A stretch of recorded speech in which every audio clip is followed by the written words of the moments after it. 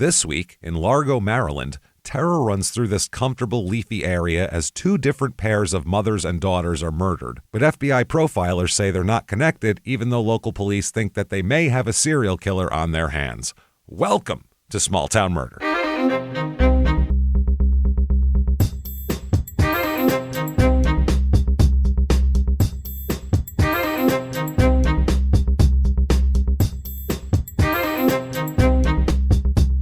Hello, everybody, and welcome back to Small Town Murder.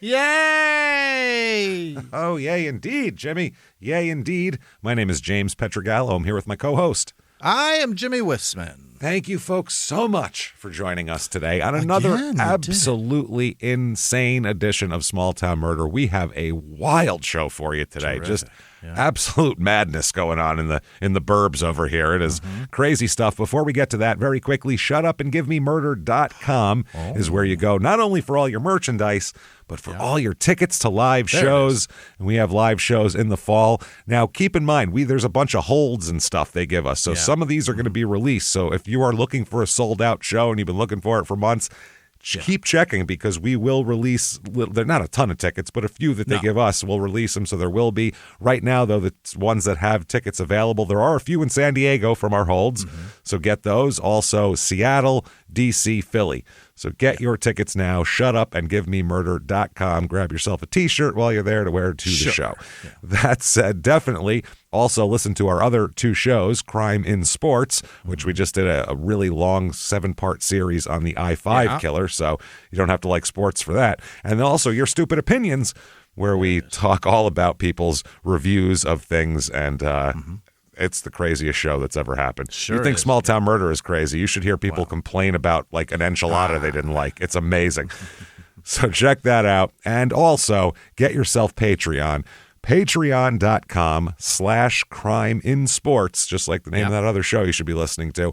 That's where you get all the bonus stuff. Anybody $5 a month or above, you're going to get so much. First of all, hundreds of back episodes of bonus stuff you've never heard before immediately upon subscription. Then you get 2 new ones every other week, one Crime and Sports, one Small Town Murder, and you get them all. This week, we're going to dip back into the disaster lot here for Crime and Sports. We're going to do some theme park disasters and also some industrial disasters. Yeah. Stop getting on the roller coasters. And then for Small Town Murder, it's prisoner dating game time. Hey, it's that time of year again. Everybody, I'm sure, is very excited. We're going to line up 4 bachelors, 4 bachelorettes for Jimmy. The only thing they have in common is they are all incarcerated for violent felonies. So he's going to pick one. He's going to pick one of each based just on their descriptions that they put out there on their dating profiles, and then he's going to get to find out what they actually did. So choices have consequences, and Jimmy's going to find that out. So there we go. Patreon.com/crimeinsports. And you also get, in addition to all that, all the shows we make, Crime and Sports, Your Stupid Opinions, all the Small Town Murders, all ad-free on Patreon, too. Who can beat that? Can't beat that. And you can take the RSS feed and put that into whatever player you like to use as well. You don't have to listen on there. So check that out. And you get a shout-out at the end of the show, too, where Jimmy will mispronounce your name. We couldn't give you any more, I'm telling you. So that said, disclaimer time.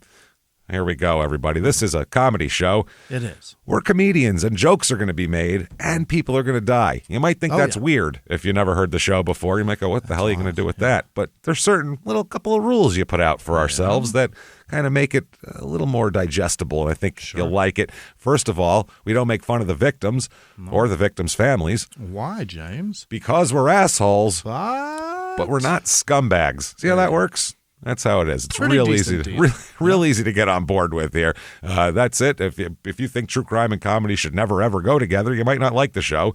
But you might like the show, because you might go, you might go, this is what I'm looking for. I don't want to hear someone go, and then her head was cut off and removed. It's a little creepy, and it seems it's too much. It's almost a little murder porny sometimes. Not Bill Curtis. We're not doing that. No, we're not doing that. Well, if I was Bill Curtis, I'd do it, because I'd do it.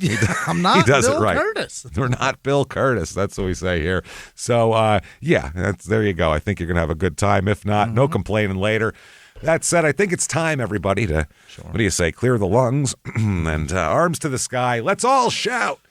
Shut up and give me murder. Let's do this, everybody. Here we go. Let's go on a trip, shall we? We are gotta. doing it. We're going to Maryland this week. We're going to it's the middle panhandle in Maryland. Maryland, if you look at it, is made up of 3 panhandles. Okay. This is the middle one. It's Largo, Maryland, Largo, and it's the southern panhandle there, the southern part of the middle panhandle. Okay. It's about 30 minutes to Washington, D.C., about 45 minutes to Baltimore, and about 30 minutes to Bethesda, Maryland, our last Maryland episode, which was the serial killing schizophrenic cannibal. You should listen to that episode if you haven't, episode 573. This is in Prince George's County. Sure. You know exactly where that was named after anyway. They don't leave a lot to question. Likely a prince, perhaps George. Perhaps maybe Prince George. Yeah. Area code 301. Largo is named after the Largo plantation that was owned by the Beale family. And the plantation is believed to be named after Largo Bay in Scotland. Got it. So that's where that comes from. It was sold to a guy in 1745, and I don't know, they just took the name from there. The Prince George's County was formed from land in 2 different counties, and they just kind of put it all together on St. George's Day, April 23rd, 1696. Got a saint and a prince. This is lovely. Saint and a prince. So this is an old county, almost 100 years pre-Revolutionary War. Yeah. So the county was named after Prince George of Denmark. Yeah. Which seems odd. The husband of Princess Anne and the heir to the throne of England. Okay. That's how that worked. So it's so weird how different countries would have monarchs that weren't even born there. It's a strange thing. Yeah. Like how do you do that? Like Richard the Lionhearted was French. Yeah. He wasn't even English, but like he became king of England. Before they hated him? Yeah. I think in Men in Tights, that's what Richard Lewis is playing, right? I believe. Isn't probably, that, right? Or is he playing his brother that's trying to overtake him while he's on the Crusades or some shit? I don't remember. We're talking about Mel Brooks movies in historical context here. This is probably not the best way to do it. Movies where one of the best jokes in there was about Abraham Lincoln, who didn't even exist. Yeah. Didn't even exist yet. One of the best ones was a bunch of guys rapping over. Yeah, that's pretty good too. Dave Chappelle busting a rap. Yeah. Okay. I said, hey. Reviews of this town here. Let's find out what other people think. Here, there's 4 stars as the first review. I've been an active member of my community for many years. Largo is a nice community in Maryland that has remained civil for extended periods of time. What does that mean? I don't know what that means. We can go 2-3 years without savaging each other in the streets with clubs and fucking machetes and shit. Civil, for Christ's sake, guys. What are we talking about? 3 stars, relatively quiet neighborhood. Food places could be better. Okay, school system. Overall, it's a nice place to live, but it could be better. Which is the ultimate 3-star review. Not bad, but could be better. Now, there's improvements to be made. That sounded one way, and now here's another 3-star review. The community of Largo is growing!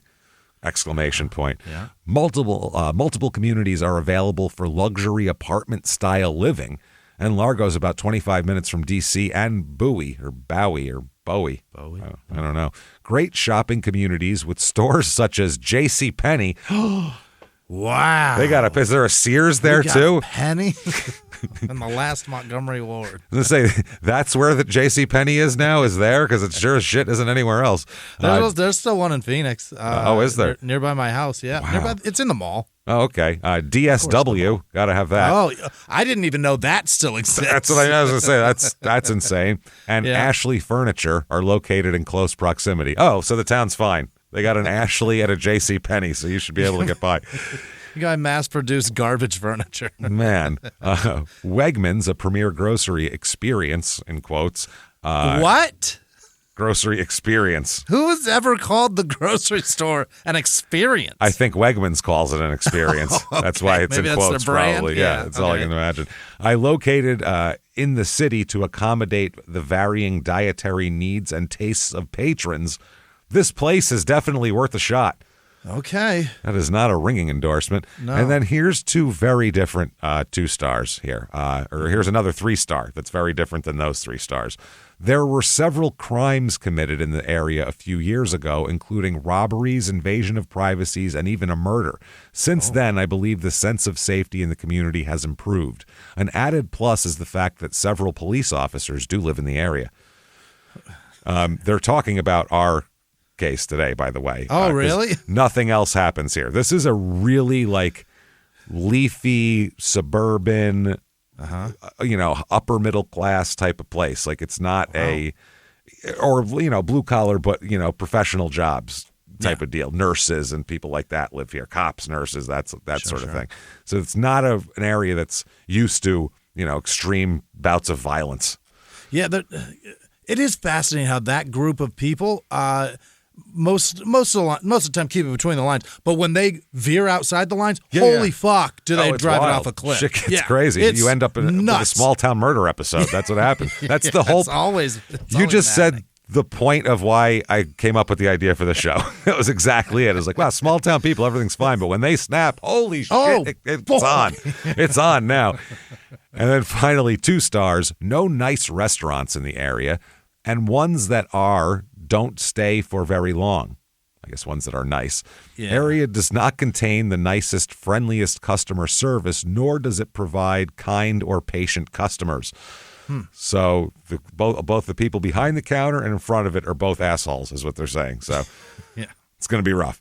People in this town, 12,003. So not a big place to be that close to 2 major metropolises here. 54.3% women, which is very high for any place over 1,000 people, really. It's usually pretty close to even. Median age here is 39.8. It's about a year older than the national average. It's about 40% married here. It's usually 50-50. Got about an average divorce rate here, that sort of thing. Race in this town, 3.9% white, 86.6% black, 3% Asian, 3.4% Hispanic. So it's like a mostly black. Oh, wait, what? Say that. It's 86.6% black. Black, really? Yes, 3.9% white. Wow. Yeah, it's like a upper middle class black suburb, basically. I like That'd it. be the best way to put it. Average Very unemployment here. Yeah. Median household income is way higher than the national average, $88,799. So that's usually about $69,000 in the rest of the country. This is marvelous. It's a very nice area. The cost of living here, 100 being regular average. Here it's 121. It's a little bit high. Okay. Yeah. And the housing is 120 out of 100. So it's very high. But the median home cost here, $310,000. So that's actually lower than the national average. That's not bad. Yeah. Not bad. So if we've convinced you, damn it, you're going to Largo. We have for you some information here with the Largo, Maryland Real Estate Report.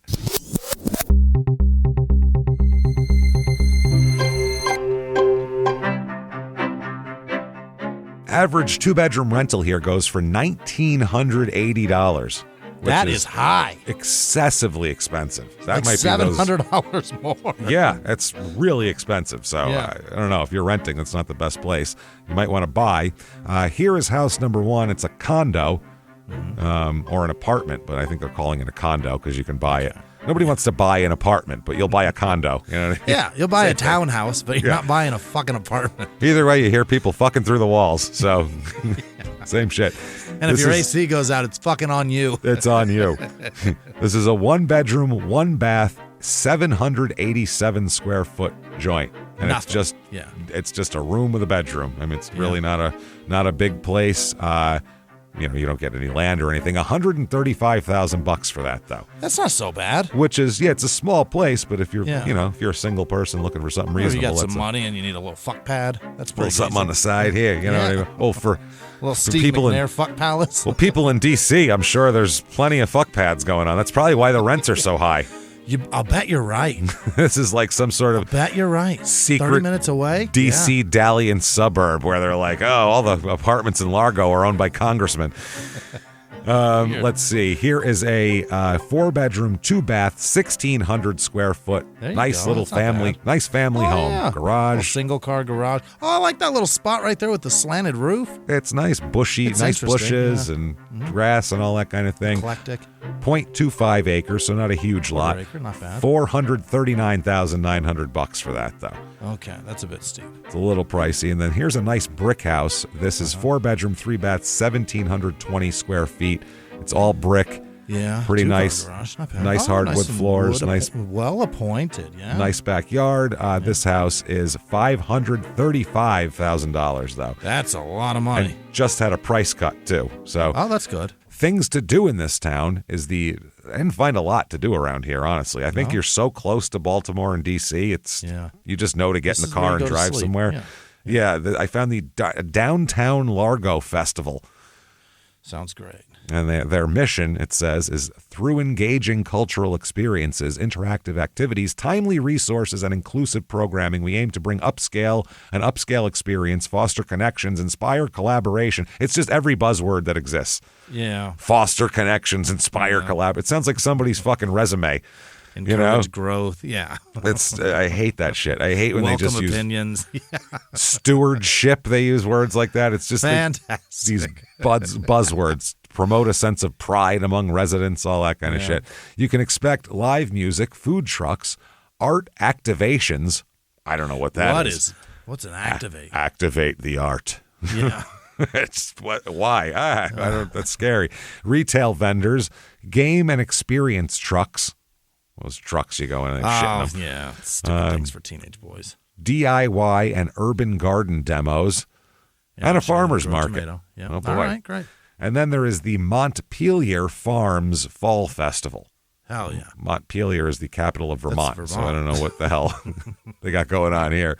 Must be a person, right? I'm not sure. Montpelier's got to be somebody's last name. Yeah. It says, welcome to an exciting day at our fall festival, packed with fun and perfect for photo ops. That's what this farm is just like, come here and your Instagram page will be popping. Yeah. Savor delicious treats, refreshing drinks, and shop at our farm markets. Dive into the farm festivities with adorable animals, exhilarating playgrounds. Exhilarating playgrounds? What a weird combination of words. Slide is windy. Yeah. Oof. A trike track, barnyard basketball. Got me. I'm scared. I don't know. And chickens, yeah. Giant hill slides, ride-on pig races. Okay. Yeah, and so much more. There's also leave the pigs alone. a 7-acre interactive corn maze. Yeah. A pumpkin corn maze, hay rides, animals. What else? Kid corral, a corn pit. What the fuck is a corn pit? I suppose they dry it out and let you, like a ball pit, but just corn? You swim in it and you're like, yeah. Like corn nuts? Corn, I don't know. Pig races, puzzle mania, pumpkin bowling. Soon bowling with pumpkins. A roping range.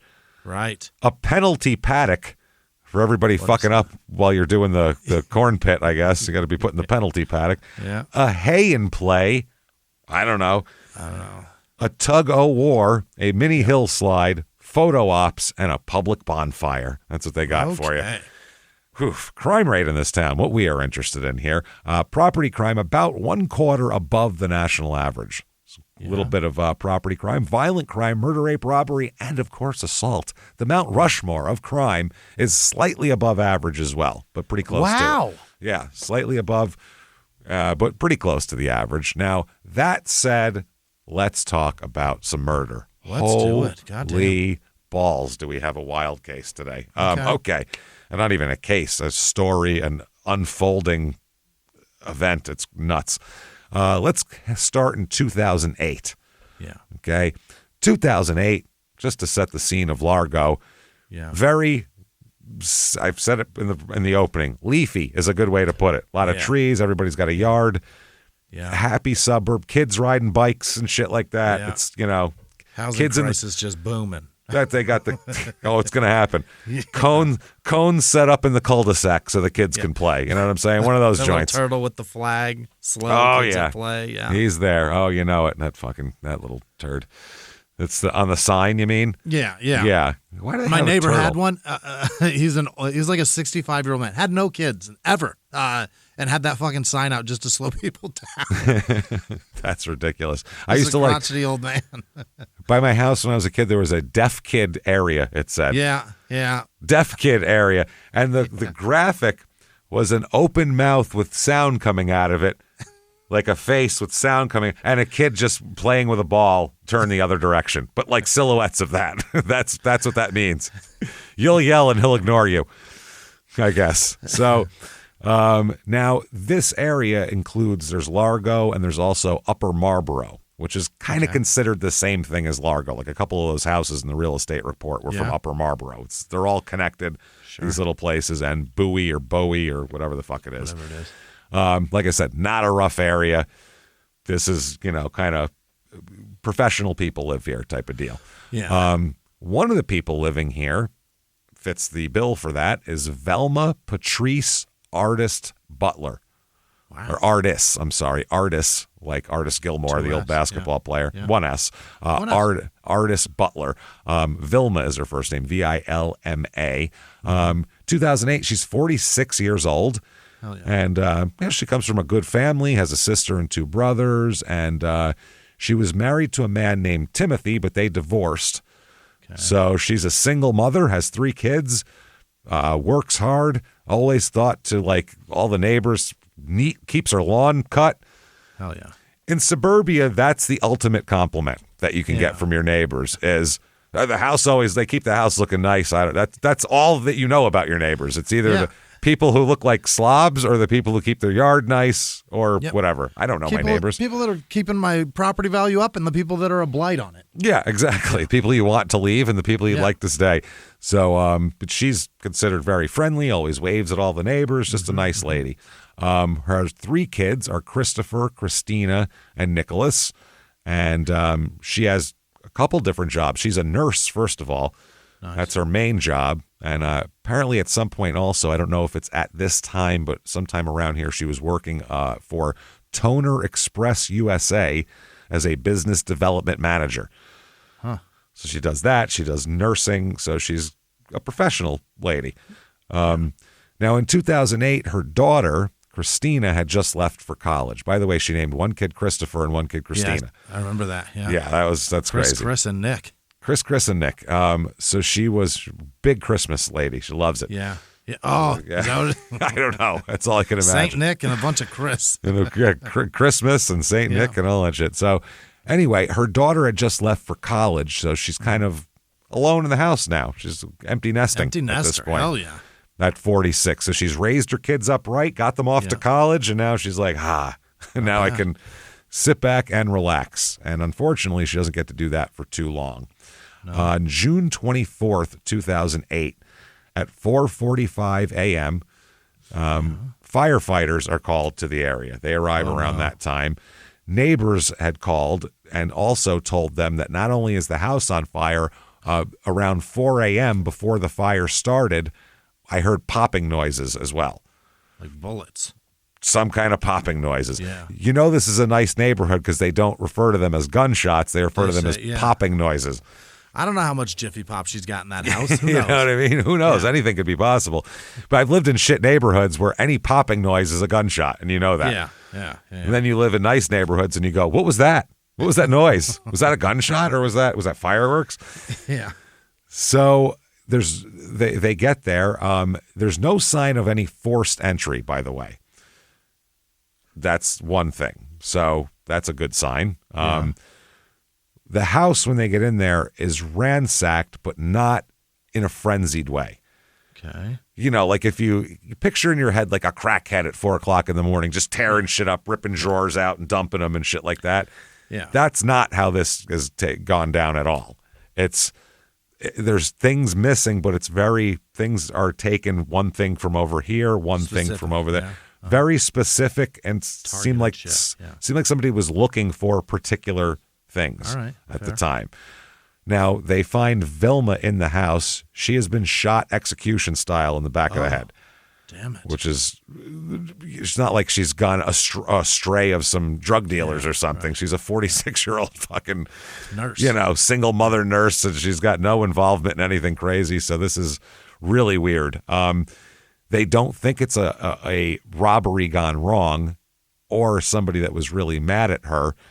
Looked like somebody went in here to murder her and then took a couple of very specific things that they wanted on the way out. Very odd. And the house is intentionally set on fire afterwards, which makes sense. Normally, what a coincidence would it be if you went into a house, stole some shit, murdered somebody, left, and then an electrical fire started 20 minutes later? That'd be remarkable. Yeah. Or the candle that she left out over upstairs. Yeah. She left it too close to the curtains. That's not your fault. Yeah, it's weird. So the investigation, they get into it, and there's no leads. There's no forensic evidence in the house whatsoever. There's no suspects. There's no motive because they don't think the things that were stolen amount to murder motive. Maybe that's theft robbery. Opportunity. That kind of thing. No forensic evidence, no fingerprints, no hairs, no fibers, no, which the fire helped a lot with that. Yeah. No bullet, huh? No, they got a bullet. That's it, though. Okay. All right. So that's all they have. Anyway. Yeah. They have nothing to match it to. So just a dead nurse and, a bullet. And some popping noises. They have nothing else to go on here. So this is in June, and then months go by, and nothing else happens in 2008. Wow. They can't. It's just a very, very cold case. So by fall of 2008, here the next, that fall, a few months later, now more shit starts to happen around this area in Upper Marlboro and in Largo. There's a series of burglaries that are just mind-boggling that people can't wrap their heads around. This is not people breaking in, stealing a couple of things, or are specifically targeted burglaries that are very strange. They would know exactly what they would take. They'd take electronics, TVs, that kind of thing. But they'd also take weird shit that burglars don't take. Like what? Well, number one, car keys, which sometimes a burglar might take that for a later thing. Sure. Also, personal photographs.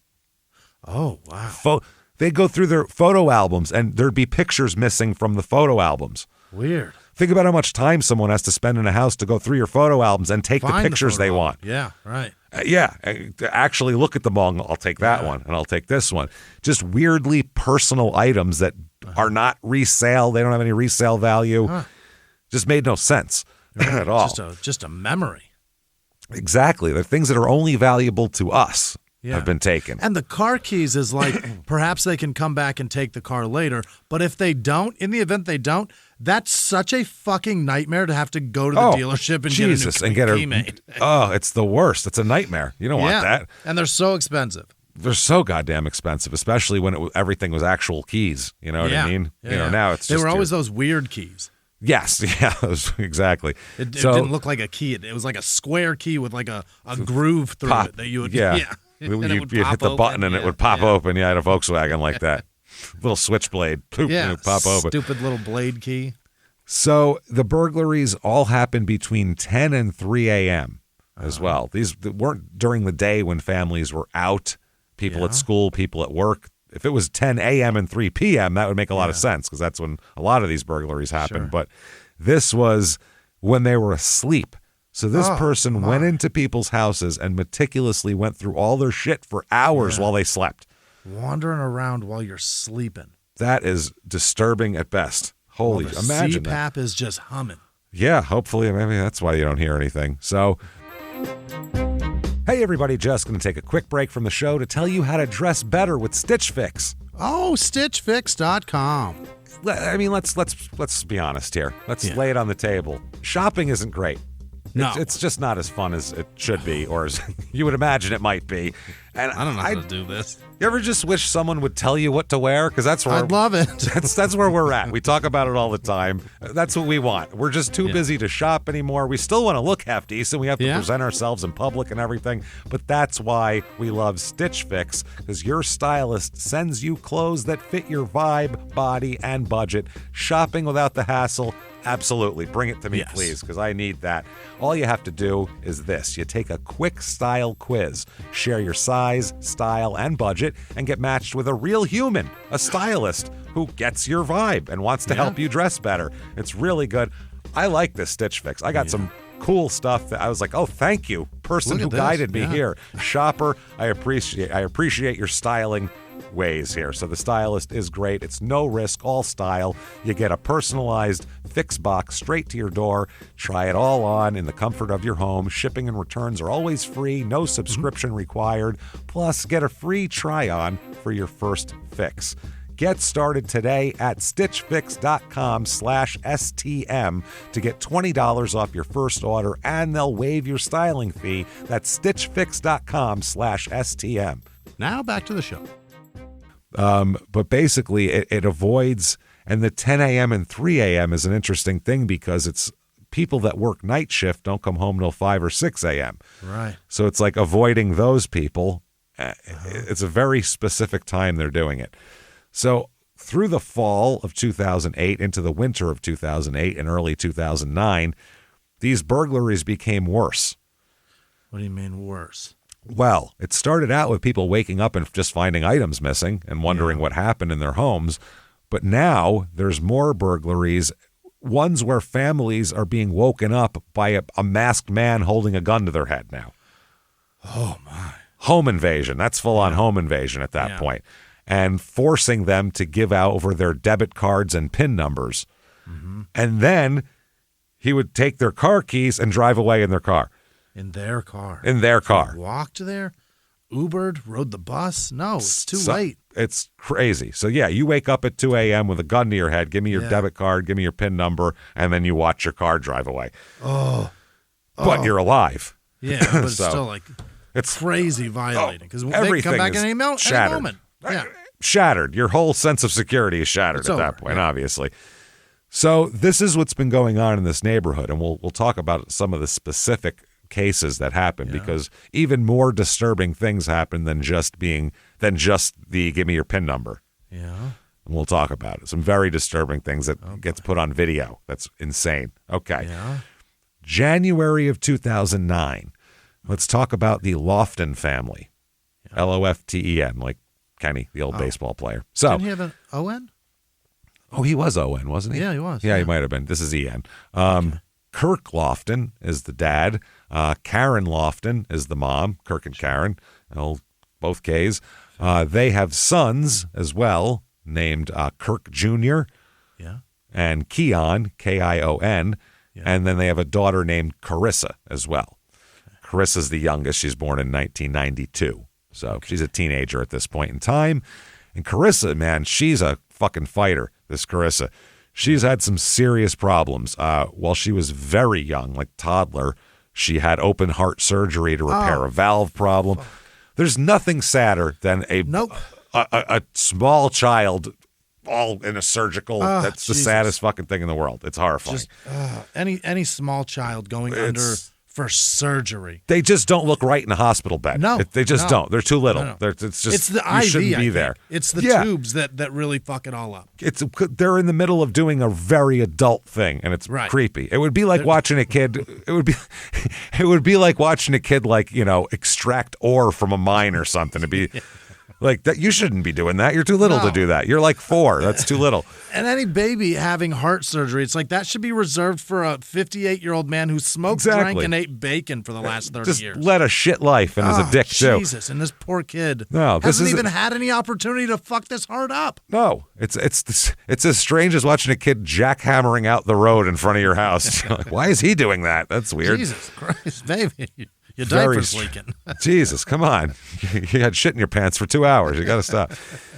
But Carissa came back stronger than ever, though. She recovered from this, and, she is known as having a really good spirit and a real, way about her. And I think that'll do that to you if you know that you've overcome something. Yeah. That'll do that for you. It'll also teach you how short fucking life is, and just enjoy it and have a great time. And you've been told how lucky you are since your whole life also. I think that might make you feel like you shouldn't even be here. You shouldn't even be here right now. No, so the family at this point in 2008, early 2009, Kirk Sr. Had moved to Georgia because he and Karen had broken up. Okay. So Kirk Sr. moved away, and I don't know if they waited till the kids kind of got old enough because 2 of the kids are out at college, and Carissa is planning on college and going to go soon. And Carissa's going to move down to Georgia to go to college.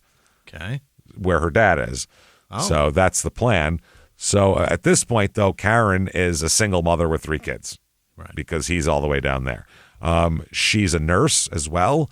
Here, she one of her colleagues described her as probably one of the best nurses of her time.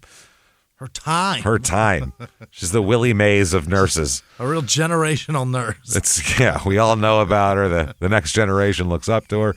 But that's how they're looking at her job. Fascinating choice of words, but all right, I'll take it. Weird, right? It's a strange thing to say. She was really, really obsessive about home security. Yeah. After Kirk Sr. moved out especially. Right. She became very, very into home security. And even Kirk said when he was there, when he would leave the house, she would check the back door, check the windows, make sure everything was locked up. The windows? The windows. Make sure they're locked. Everything. Yeah. This is in the 10,800 block of Southall Drive here. Okay. Now, on January 26th, 2009, there is a 911 call, and Carissa is the one making it. Okay. The teenage daughter. Okay.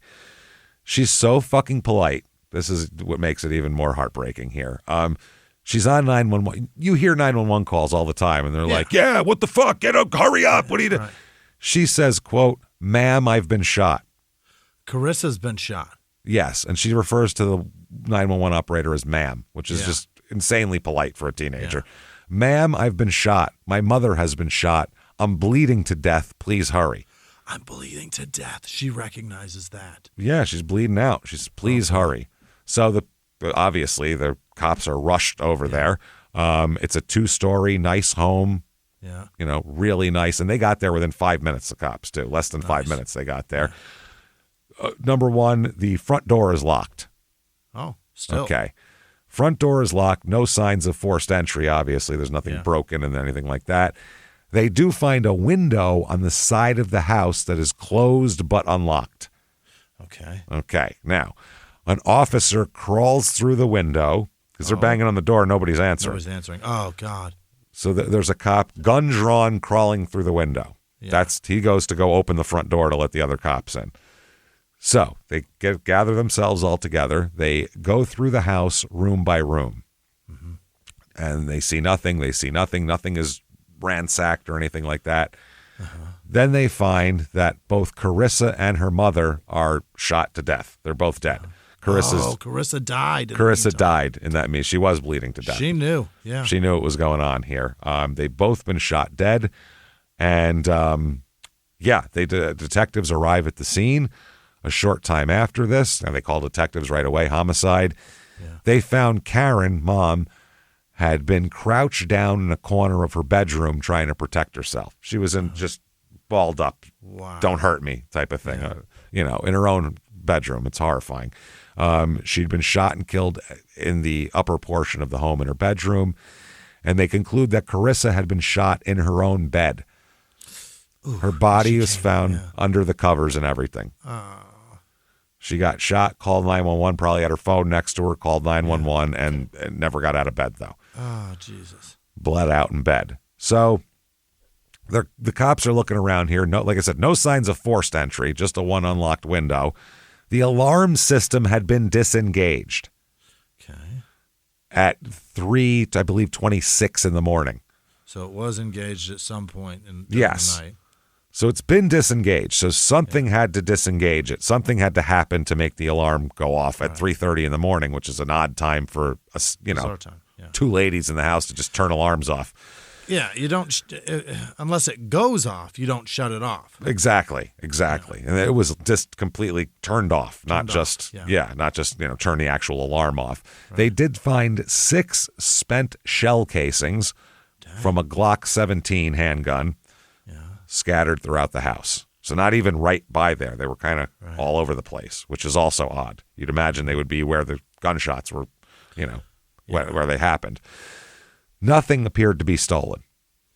Okay. So this just makes no fucking sense. This is just someone came in here, butchered these two women, shot them to death in their own bedrooms, and then just left. They felt like doing that tonight. Did one get more than the other? Did they both get 3? Do we know? I'm not sure of the exact amounts of each, but it's... But 6. Well, we've only got 6 shells. That doesn't mean there's... No, it could be more. Yeah, right. Could be more, could be less wounds, who knows? So they're like, why would this happen? Why would someone come in here in the middle of the night to kill these two, who neither of them have any enemies or anything like that? It's not like they're... Mom's a nurse. Right. She's not she doesn't like deal coke on the side or run some sort of bookie empire or something. Sure. She owes people money. Like, it's nothing like that. She's a normal lady. So it makes no sense at all. They did feel like that the intruder must have fled through that open window. They're like, however they got in is irrelevant at this point, and we'll try to figure it out. But we think that's how he got out, because the front door's locked, so he couldn't have left and locked the door. So let's hope that cop was smart enough to use fucking gloves so we can fingerprint that fucking window. I would hope so, but who the hell knows here? So they also they end up getting no fingerprints. So whether nothing. Either the killer wore gloves or that guy's belly wiped it clean. Wiped it all clean. Yeah. So they're wondering, is that how they got in through the same window? Was the entrance and exit the same spot? Now their security system had been activated that night, but was turned off within minutes of the break-in. Oh, so it went off. No, it didn't. It was turned off before it went off. Oh, okay. All right. So they don't know what that means. Karen or Carissa had to disarm the security system for this to happen, or the intruder had to know how to disarm the security system. One of the two. So they were wondering also, if that didn't happen, how did they get into the house without setting off the alarm? Right. So was it, it's a weird thing. So the investigators, they learned that Karen's a school nurse, for Christ's sake. Always the target of massive retribution. A school nurse, obviously. Right. Yeah. Poor lady. She and Carissa had gone to church on Sunday, January 25th, and Carissa had later gone to work at her job at the Golden Corral. Oh, Carissa. Carissa's last day on Earth was church and Golden Corral. Golly. She had to smell Golden Corral. Yeah. And then, oh, man. Family members said she was seen leaving the restaurant at approximately 9 p.m. when her shift ended. Okay, yeah. Now, they're unable to figure out how Carissa got home from work. Usually her mother picks her up, but it doesn't seem like Karen picked her up that night, so they don't know what's going on here. So police at this point are focusing on someone who knows them at this point. Yeah. They're saying this is a friends or family close to these people type of murder, because nothing has been taken, no signs of forced entry, no motive, no evidence of theft. Yeah. This is someone had it in for them in some way, shape, or form. Obviously, because, they say it's not just random. The police chief said the area is pretty quiet. This is not normal for us here. Yeah. Now, the first thing they look at is the husband, the senior. Yeah, but he's Georgia the whole time? He was in Georgia, so definitely not him, for sure. So that was the first one. Oh, marriage ended. Where's the husband? Oh, he's in Georgia. Okay, fuck. Now, they're also 12 days earlier, about 5 miles away, there was another double homicide. Not the first one, not Vilma, a different one. Another double homicide in a gated community of $1 million homes in Upper Marlboro. Oh. So, very nice area. In that case, Eunice Ba, who was 36, and Seth Idu, who was 40, were killed in their home there. Seth had been stabbed to death, and Eunice had died from a gunshot wound to the head. So fascinating. Separate weapons. Yeah. Separate means of murder, which is odd. Now, according to the police chief, despite public speculation of this, there's nothing to indicate that these are connected. These two separate murders, not connected. The guy's name is Chief Heilton. He says this is an isolated incident. This is not a serial killer. We're pulling out all the resources, doing everything forensically that we can. Okay. They're saying we just have two assholes. They're different assholes, but they're two of them. Assholes nonetheless, yeah. Now, Keon becomes a suspect. Really? The 20-year-old son becomes a suspect, which is strange. He is they bring him in for an interrogation. Yeah. And, he said, you're asleep at your girlfriend's house. You get a call that your mother and sister have been murdered. You race to your house to find police tape and body bags. That's what he said. He was like, this is crazy. He said it felt like a nightmare or a dream. Now, during the interrogation, the officers let him hear a snippet of Carissa's 911 call, which is horrible. And then they accused him of causing it. They said, you're the reason why. Welcome home. Yeah. Yeah. And he will later say, Keon, quote, anyone who's accused of anything they haven't done, they're going to be upset. When I'm in the interrogation room and I'm hearing them accusing me, and I'm just trying to process, like, did this really happen? Like, did my mother and sister really just get murdered? Are you guys really accusing me of doing this? Yeah. Yeah, they are. He said, I was upset. Like, you're not going to state it's me. I didn't have anything to do with it. You can do whatever you need to do. It's not going to be me. He said that was his that's his stance. Official stance, yeah. Say whatever the fuck you want, but I didn't do it. Yeah.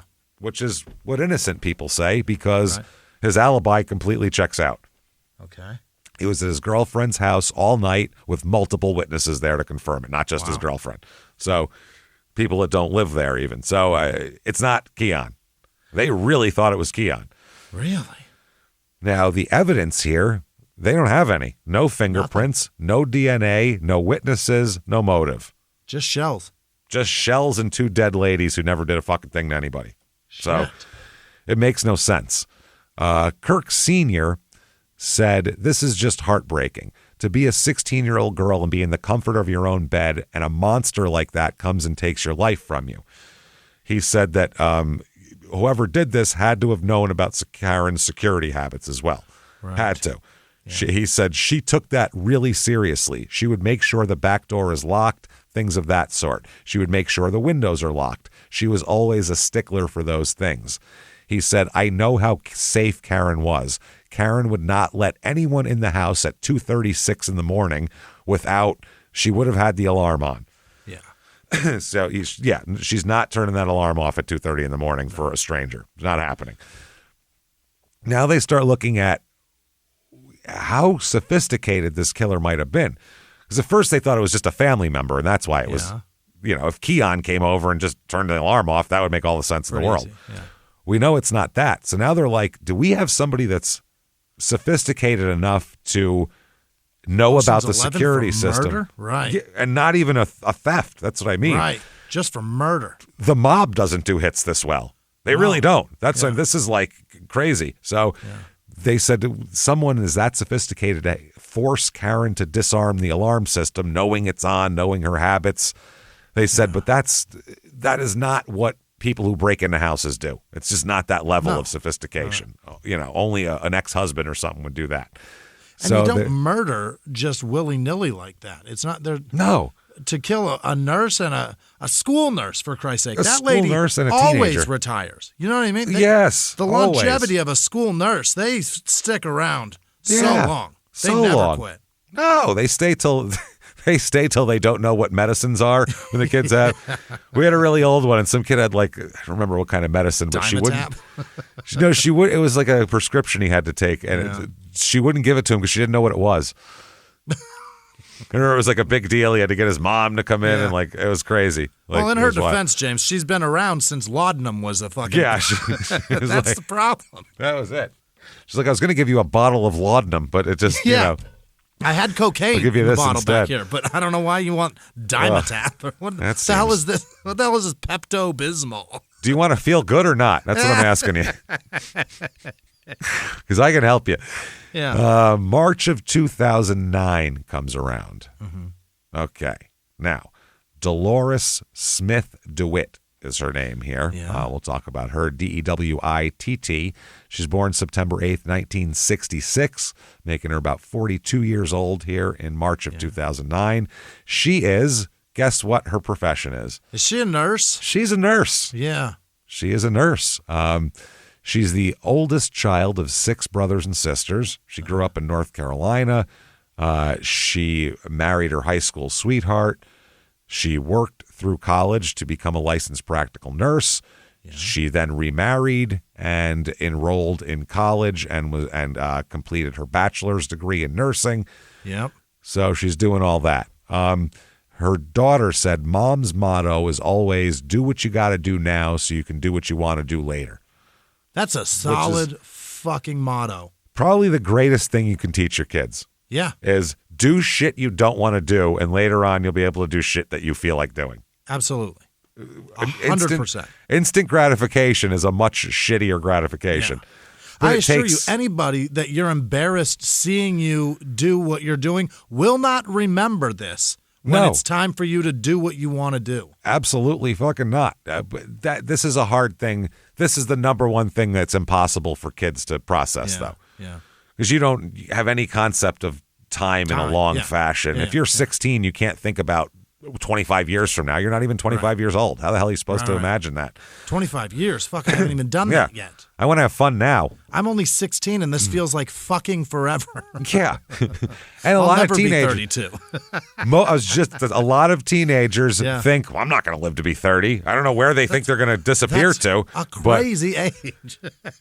It sounds like, oh, Christ, I'll never get that far. Right. So it's real weird. But anyway, they said that that's what she did. That's what Dolores did here. And she said, her daughter said she always put her kids first. She saved every penny she had so she could get decent housing and stuff like that. Her brother Robert said he remembered when she scraped together $3,000 years ago to buy a Nissan so she could drive her kids around. Yeah. And when she stopped renting and bought a home in the Largo area where they lived, she was very proud because she had to really scrimp and save, but she wanted to provide her kids with a nice environment, with a good school district and all that good stuff.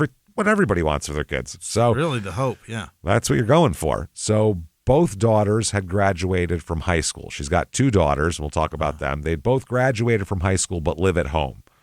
Yeah. Still. Okay.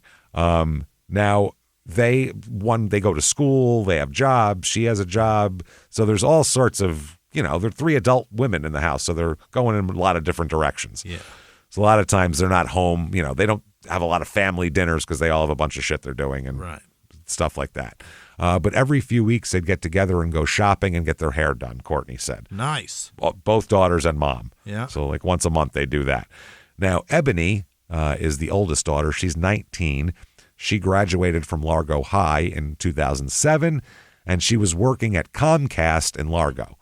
Okay. Comcast, the cable company there. And had recently received her medical assistant certificate or certification from Sands College in Washington, D.C. She's following mom's shit. She's following mom's stuff, and she's working her way through school and stuff like that. These are kids that have been given a solid background of how you do things. You know what I mean? Blueprint is you don't take shit from me. You go get a job and work your way through it. That's exactly. You'll figure it out, make your own money. Yeah. It's a good thing. So Ebony, everybody says she's the life of the party. She's real lively and has a lot of energy, and that's kind of her deal. Everybody knows her as that, which is good for a nurse. It's great, yeah. You like a nurse with some energy, and boy, that fucking they come in all dour and shit. You're like, listen, I'm stressed. Can you pretend dying. This is pretty sure I'm dying. Can you pretend that life is good for me, please? I wouldn't come in here if I didn't think I was dying. So you know what the deal is. Fix it. Make me not die. I bet that's got to be hard, though, because I bet there's some people who are like, what are you all fucking cheery for? I'm dying over here. So you really can't win, I think, if you're a nurse. Fucking smile. Yeah. I think after a while, that's why they just play it down the middle, because you nice never smile. know it's as big as my fucking prostate. Perfect. I can't Huge. I got a blockage, you see. About the size of your smile. So they describe her as that. They said that she was also, has a serious person she's dating as well. So she's in a serious relationship, real close to her family and all that kind of thing. Now, Courtney is 17 here, and that's the younger daughter. So she's there too. Now, Dolores had been a nurse for 9 years at Bradford Oaks Nursing and Rehabilitation Center in Clinton. Which is, I believe, a lot of elderly patients is what she deals with. Yeah. Everybody said she's very passionate about working with elderly patients. And, they said that she'd show up at work even if she, because she had migraines sometimes. They said she'd show up at work even if she had a migraine. She wasn't missing her day because she had people counted on her. She was very responsible here. And she would basically go all around the the center there where she worked. The unit, yeah. Always singing songs from the gospel station she had on. Oh. So she's belting out Jesus tunes while you're there. So I figure fluffing a pillow. Yeah. Got some. Just singing it. So now the DeWitts were robbed, burglarized in December of 2008. This family. Okay. Yeah. Their neighbor, Kay Walker, who lives across the street, said that it was about December 2008.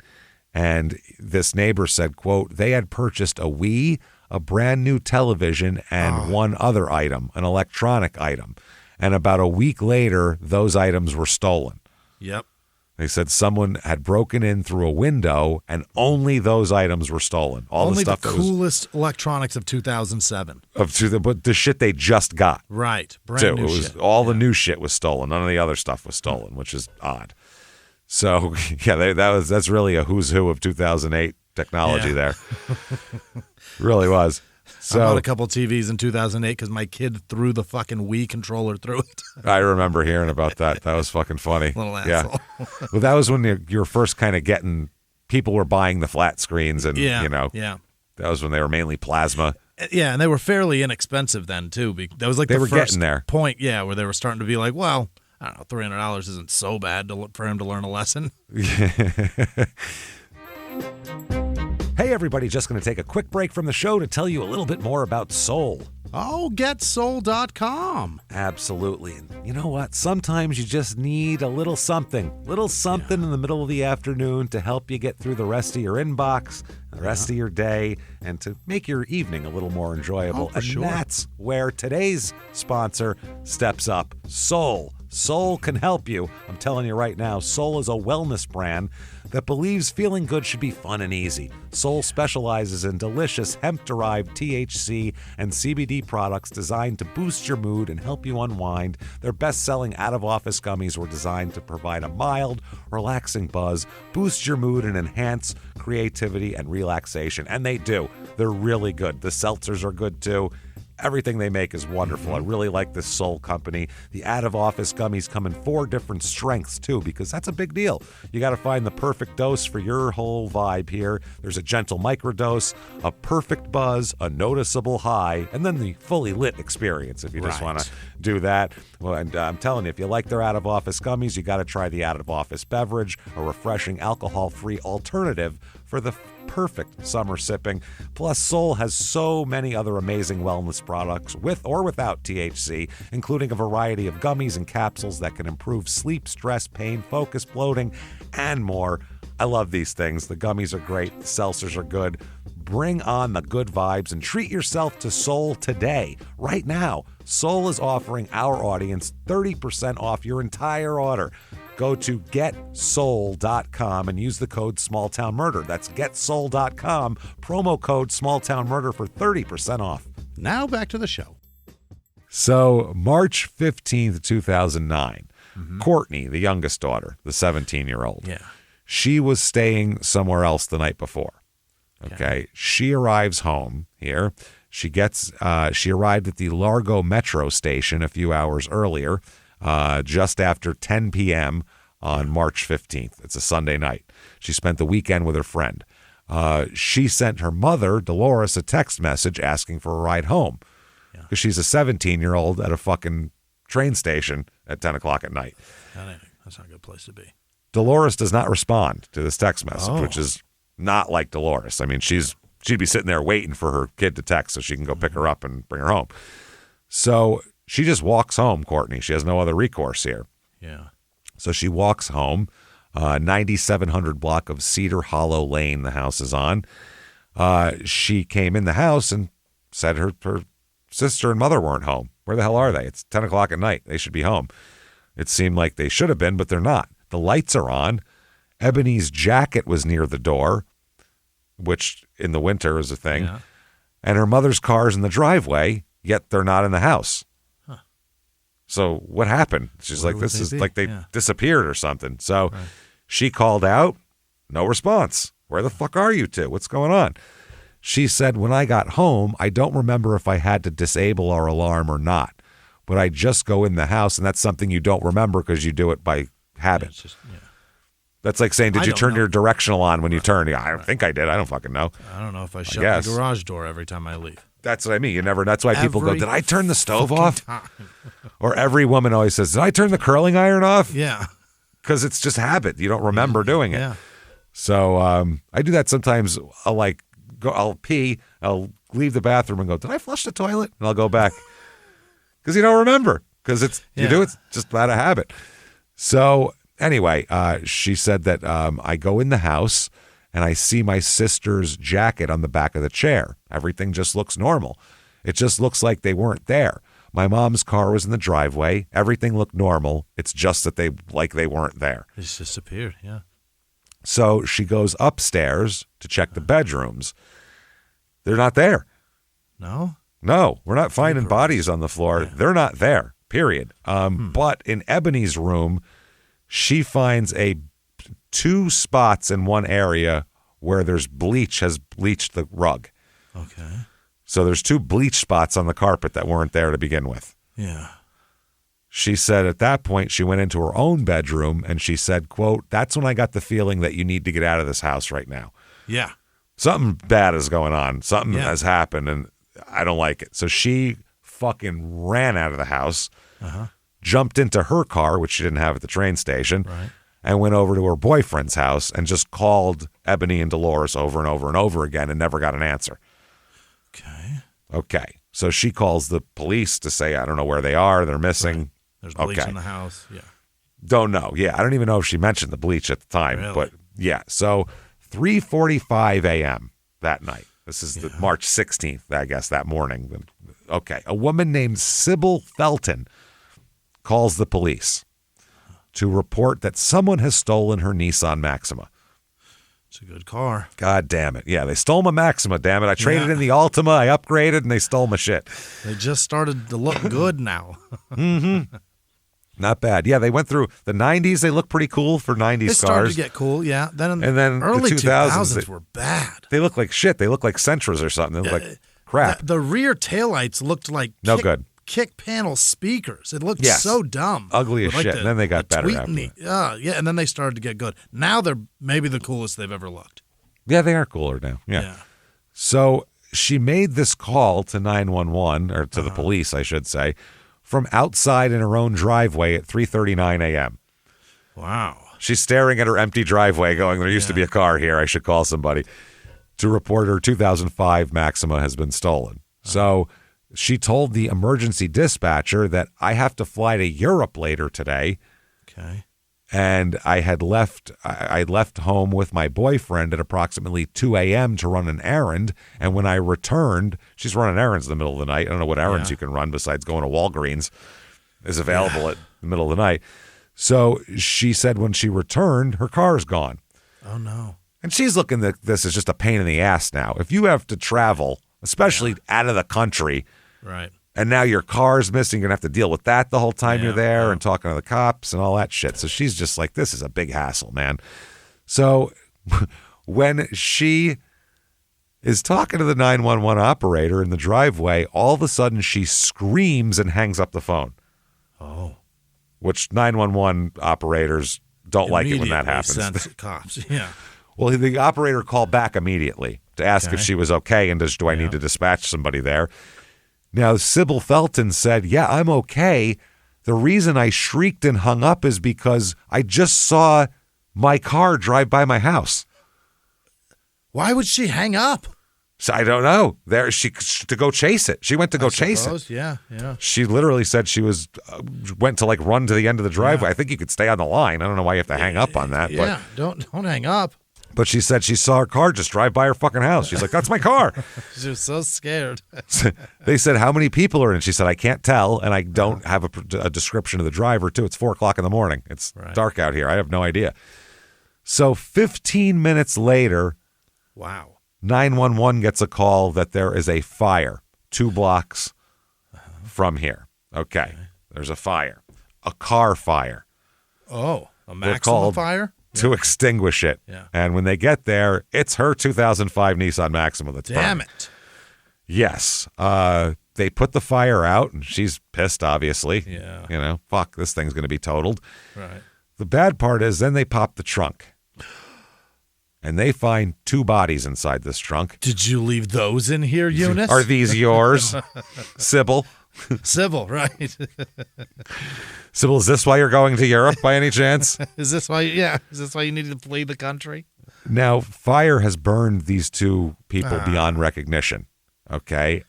They said that there's a number of missing person reports. The detectives think it's possible that these might be the bodies of 2 teenage girls from Anne Arundel County who disappeared earlier this month. Because they're both females. They're both black females. So they're like, that's who disappeared. This looks size-wise, it looks about right. So they said, but obviously we have to ID the bodies.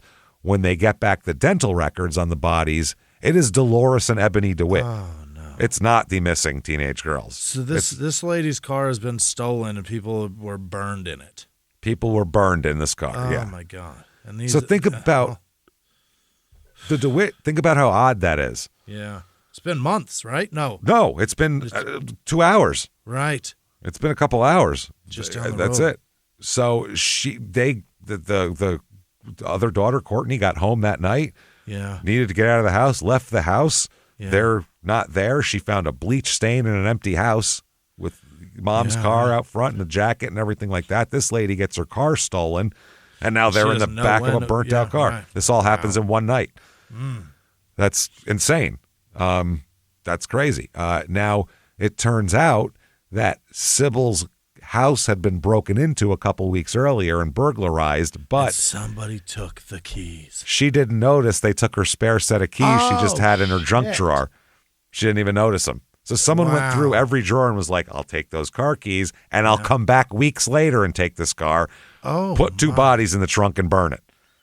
Oh, my God. Yeah, this just got real complicated real fucking fast. Yeah. Real fast. Yeah, it sure did. Now, inside the DeWitt home, investigators find traces of both Dolores and Ebony's blood mixed with bleach. Okay. So there is evidence here that they've been attacked inside the home, and the killer definitely tried to clean up some evidence before transporting them. Now, autopsies show that both women had been strangled to death before being placed in the car and set on fire. Oh, no. So at least they were dead. They didn't burn to death in a trunk. That's nice. They said couldn't tell really when this happened, because they said with the fire, they said maybe 24 hours before you found them. We're not sure. Oh. You can't. The fire really fucks everything up when there's char involved and everything. So inside the car, they find some trace evidence. This is the first evidence they've had of anything anywhere. So it's good. It included beech tree leaves. B-E-E-C-H, beech tree. Yeah. Beech tree leaves that were embedded in their clothing that didn't burn. Right. There are no beech trees in the area where this car is. Oh. No beech trees around the area of the house that the car is from, Sybil's house. No beech trees around here. Yeah.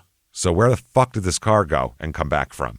Right. This is crazy. So now they're like, holy shit, the bodies were taken from these people were taken from their house to another location. That's where the beach leaves. Yeah. Then back here in the car and burned. This is And what past her house. drove right past it. Yeah. Wow. Crazy.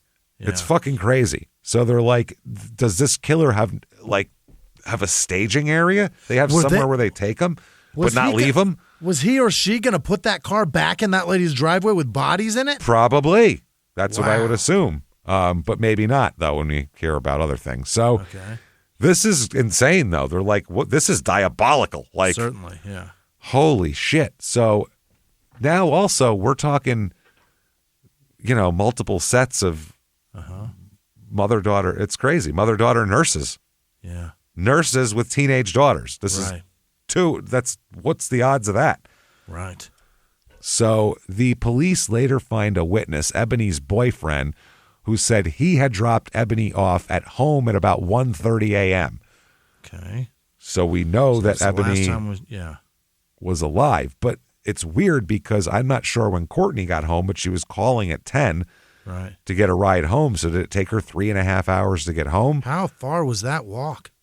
That's what I mean. It's odd. So the boyfriend was the last person to see her alive, but he's not a suspect, apparently. Yeah. He had an alibi. Now, here's a witness, a guy named Frederick Colvin, who was staying with his mother at her home near the address where the burning Nissan had been found. By the way, this Nissan was pulled into a random driveway and set on fire. It was in somebody's home. Someone's driveway. They didn't do it just on the curb. Oh, God. They pulled into the driveway to do this. So he told reporters that, and the police, that he'd been awakened by a loud noise on the night of the fire.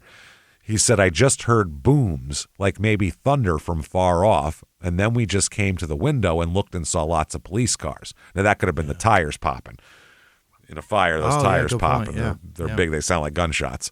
Now, another neighbor named Jerome Jones said that his wife thought that she heard some gunshots. They said she heard some noise, some shooting noises, pow, pow, basically. That's all she heard. He said the car was all burned up and there's nothing but ashes. So that, as we'll find out when we find out the autopsy results there, they weren't shot. No? No, so I think those are the tires the car popping that they heard, yeah. Or the gas tank or anything. Something. Now, some reactions from around the area here. A neighbor named Becky Ringenson said, a tragedy. It's a terrible tragedy. It's scary to live in this neighborhood now. Okay. And they said because the case's close proximity to the scene of the Loftton murders, the first mother-daughter pair that were killed, the chief here said that he's got to rethink his earlier assessment that this might be a serial killer now. Right. He said, this is a very strange case. This is very unusual for this community. It's just so bizarre. It's just not normal. They don't normally get weird shit like this. So it's like, I don't usually have to investigate things. This is... Usually I just, pull somebody over, give them a ticket, and go on my way. So timeline of events here, they are baffled by the location, basically, from the time Courtney returned home. Basically, where were Dolores and Ebony from the time Courtney returned home at 10 p.m. until 2 a.m., which is the earliest time that this woman said her car could have been stolen. It couldn't have been stolen before that. Right. Because she was in it. She was home. Right, yeah. She saw it when she left to run errands, came back, and it was gone. So that was at 2 a.m. She left, and it was there. So they knew that Dolores and Ebony didn't drive themselves away from the home in that time frame, since Courtney found their car parked in the driveway. They said it seems likely that they had already been abducted by that time, and if so, it seems likely that the suspect had used another car until the time where they stole Sybil Felton's Nissan Maxima. So they had to have had another form of transportation to get them away from the house to then go to that car. Yeah. They said it also thought it was really weird that the driver of the car was able to drive past Felton's house, park the car in the driveway of a vacant house, set the car on fire using an accelerant, and escape the crime scene on a dead-end street without being seen by anybody in a less than a 10-minute time frame. Dead-end street. You got to be so comfortable there. Yes, exactly. That's exactly what they're thinking. Yeah. And this was, like I said, the window was 10 minutes from the time that... You got to know what goes on there, yeah. She saw the car drive by to the point that the cops got to the fire. It's a 10-minute fucking time. Holy. So it's not very much time. They just left. Someone knew exactly, and someone was very good and efficient at what they were doing. Now, they found out that Dolores and Ebony's purses are missing. Okay. One was a multicolored fossil purse, very 2009. Yeah. And the other was a black patent leather purse with a large Cadillac emblem on it. Hell yeah. They said they couldn't release details about the contents of the purse or whether the victim's credit cards had been used or bank accounts accessed. They said that the earlier break-in at the DeWitt home when the car keys were stolen, not the car keys, they had shit stolen, the DeWitts from before. They said, that was their television and Wii and all that shit. Yeah. They said in which their TV and video game system had been stolen did not appear to be connected with the homicides. They said that's just pure coincidence. They're just a random act. They're just super unlucky. Yeah. They get robbed and murdered. And it's two separate events. Within weeks by different people. One cop said the smallest minute details sometimes bring these cases to conclusion. Somebody in the community saw something. Someone walking down the street, a dog barking. Anything would greatly assist. We're still following up with everything we have. Somebody somewhere knows something, and that person needs to call us. Now, they can't help. Even though they say nothing's connected, they can't help but start connecting. Well, at least comparing murders. Yeah. Compare and contrast here. Now, there's parallels and differences in these murders. We're talking about the Loftton murders and the DeWitt murders, not Vilma from earlier. Just these two now, because they're both victims were nurses in their 40s. Right. They both had teenage daughters who were killed with them. That seems on purpose. Yeah. Both crimes happened on Monday mornings. Oh, really? Yes, Sunday night into Monday morning. Both families lived in cul-de-sacs as well, which is interesting, and within a few miles of each other. Both crime scenes the planning looked to be off the charts on both of them. Lots of planning, very careful, and both cases seem to involve the killer having detailed knowledge of the routines of the victims. Yeah. They knew when they were home. They knew when their alarms were on, when they were off, when they were doing things. Yeah. A cul-de-sac is oftentimes feels safe because if you're going to go in there and do some bad shit, you got the opportunity to be seen twice. You have the opportunity to be seen from every angle. Right, and every angle. Every angle. But You're other like in a fishbowl. The other positive side for that guy or gal who wants to commit crime is that shit's secluded. There's nobody here but your neighbors, and if they aren't looking, you're in trouble. 4 houses in the circle. That's all everything. That could see it. But if everyone in there is asleep, you are far away from everything. Yeah. Exactly. Now, they also look at differences in the cases, and that's what they're concentrating on. They said, number one, the Loftons were shot, the DeWitts were strangled.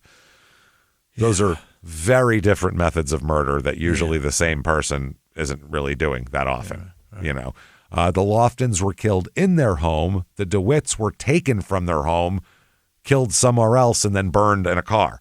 Yeah. So that's very different as far as everything. The whole MO of the whole thing. Yeah, the whole MO is different.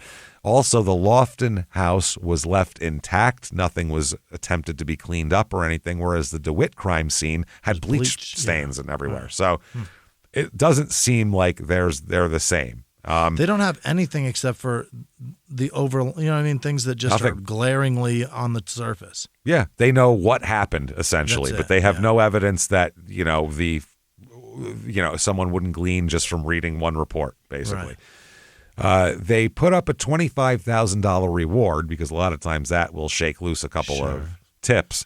They get squat from that. Nothing, no usable tips. So from then on, they start going door to door in these neighborhoods. Stop it. That's how much nothing they have and how. Hi, I'm Officer Desperate.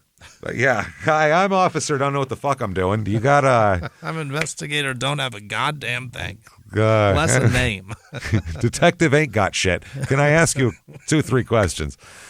So they go door to door in the neighborhoods asking for just DNA samples. They're just knocking on doors going, can we have your DNA?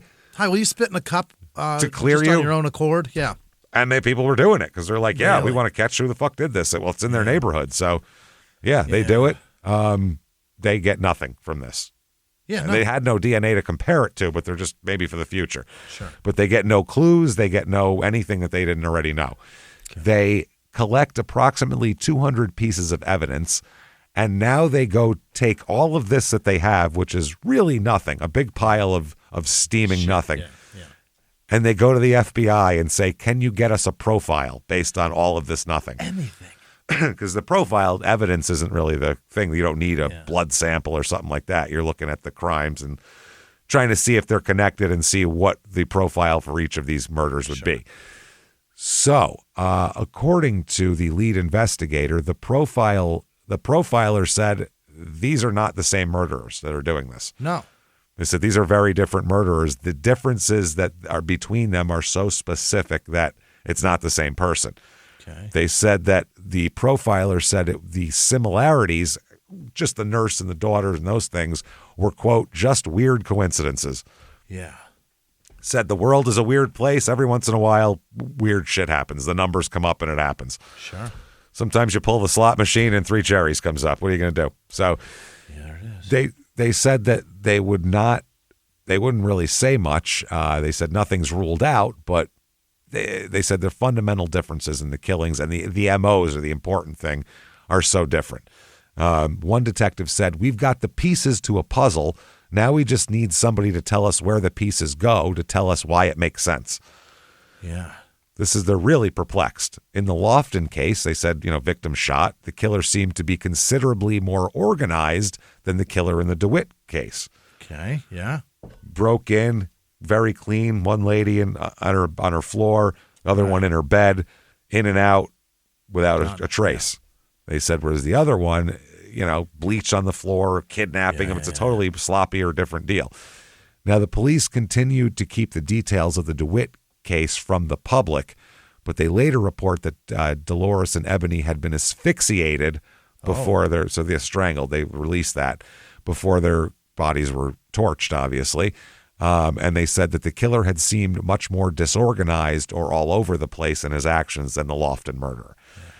So they said that eventually they told the press that the DeWitts were dead prior to being placed into the Nissan Maxima and set on fire. They also say that investigators believe the suspect or suspects had fled the scene by escaping into a nearby backyard and running into the woods. And a canine unit discovers a scent trail along that route as well. Oh. They don't know of who, though. Kids do that shit, too. True, yeah. If you live in a neighborhood with backyards and woods, you're running through them into the woods all the fucking time. When I was a kid, that was constant. We're having fun. They said they were lucky that they weren't caught. There was a lot of unnecessary risks taken, meaning the escape here.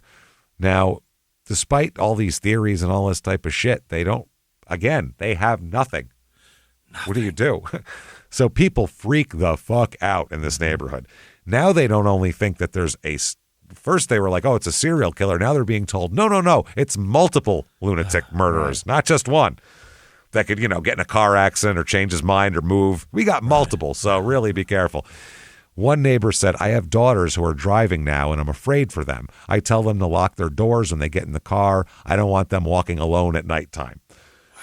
So they've taken this cul-de-sac, kids riding their bikes in the cul-de-sac, and turned it into roll them up, lock them down. Yeah, there's so many serial killers in this neighborhood. Crawling with them, for fuck's sake. What is in the water? Fuck, man. So Ebony's father, Craig, said I have nightmares. Some nights I wake up in the middle of the night crying. Some nights it's like it just happened. I think I have to live with it for the rest of my life. Yeah. I think so. He said also to see that they had, now this is interesting, we'll talk about it, but he said to see that she was burnt up and all that, in my mind it tells me that she was tortured. That's what he's saying. Now, May 26th, 2009, a gun store named J.C. Arms is in Woodbine, Maryland, is burglarized. Oh. What would that have to do with this, right? What's the difference? Right. You can't get any more different than kidnapping a mother and daughter, taking them out, killing them, doing all that, than robbing a commercial business. Unless it's only 9mm ammo that's been taken. Just Glock 17 shit, yeah. So in this robbery, 39 guns are stolen. Oh, shit. Which is an arsenal, including assault rifles, silencers, and just a shitload of ammo. They have suppressors in this building. God, they have suppressors at JC Arms. So, JC. When you steal a bunch of shit from a gun store, then the feds get involved. Yeah, that's not a local crime anymore. Yeah, no. The ATF gets involved, to be more specific. Yeah. So the ATF gets a tip. Okay, this is interesting. Gets a tip that somebody is selling stolen weapons out of a UPS parking lot. Nice. UPS, United Parcel Service, parking lot of where the guys there work. Okay. Yeah. So one of these informants makes contact with an ATF agent, and they set up an undercover operation. An undercover agent arranges to buy 4 guns in the UPS parking lot. through this informant. Yeah. Okay. They arranged to meet this guy in the parking lot. Now the guy shows up to sell him the guns. It's 4 stolen assault weapons at this point. And the purchase is being recorded, by the way, obviously. They've got a camera and a fucking mic on. And the seller explains to this undercover officer that, I understand the risks of what I'm doing. Okay. He said, quote, you have to think, because whoever gets caught with that, there's going to be, it ain't like no bodies. Yeah. So, I mean, you're going to get caught, you're going to be fucked because it's stolen, but it's not like there's bodies on the gun, so don't worry about it like that. All right. So July 1st, 2009, the ATF agents arrest 2 men for this, for the robbery of the gun store and the subsequent selling of the guns. The one man they arrest was in the UPS parking lot with stolen guns when they arrested him. Oh, my God. Not good. These 2 men are Marcus Hunter and Jason Thomas Scott. Scott is born February 1st, 1983. He's 27 years old at this point. A little bit about his background. Very stable middle-class family grew up in. Shouldn't be selling guns in a UPS parking lot. No. His parents would not approve. Nope. Grew up in this area. Loving, supporting parents. No abuse, no neglect, no trauma, was never molested. Nothing bad happened to the guy. Just had a nice, easy life. One neighbor recalls, he's a little weird though, said around 10 years old, quote, it started as him being a peeping Tom, leading to videotaping people and leading to breaking and entering. That's what one person said of him, which that could be bored suburban kid. You know what I mean? Sure. That happens too. If they're not stealing a bunch of shit, sometimes they just break in to show how cool they are, like idiots. Yeah. So anyway, his family, he had a good family. They were very interested in education, and he took advantage of that.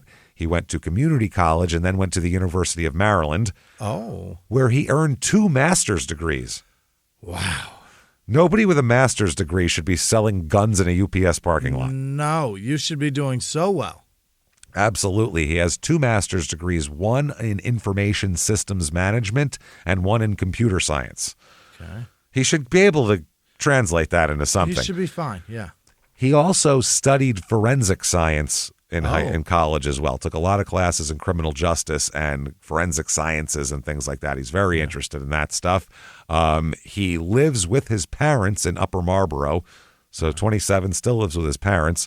2 master's degree. If I sent my kid to 2 fucking master's degree and they're living in my house, they better be like designing another wing or some shit, because I'm sorry, I didn't pay for 2 fucking master's degrees so you could live in the same goddamn room you jerked off in from the time you were 13 on.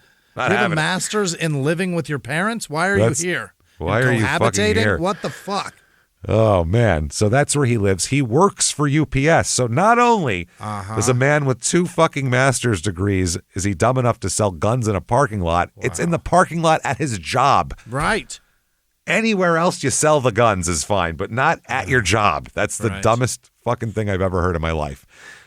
He has no criminal history whatsoever, by the way. He works for UPS, not doing some computer systems management. He's a driver. He just gets in the truck and fucking says, here's your brown, asshole, and throws it at you. Double-mastered brown helping for you. That's it.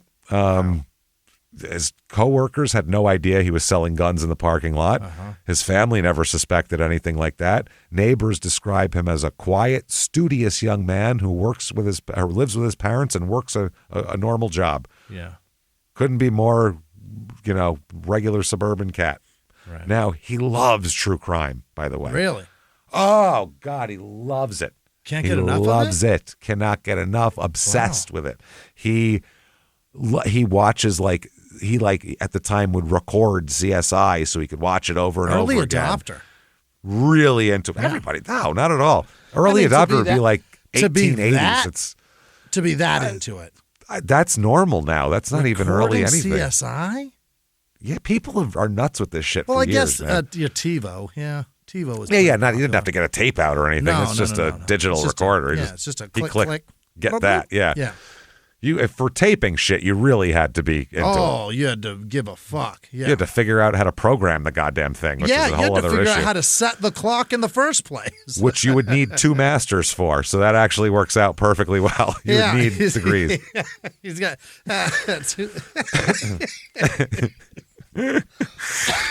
Masters in video production. That's hilarious. No shit. Now, back to the gun shop robbery here. Scott, Jason Thomas Scott, had an accomplice named Marcus Hunter, that we also mentioned. Yeah. They were both arrested. They had driven to a gun store in Woodbine, Maryland, stole 39 firearms, silencers, a shitload of ammunition.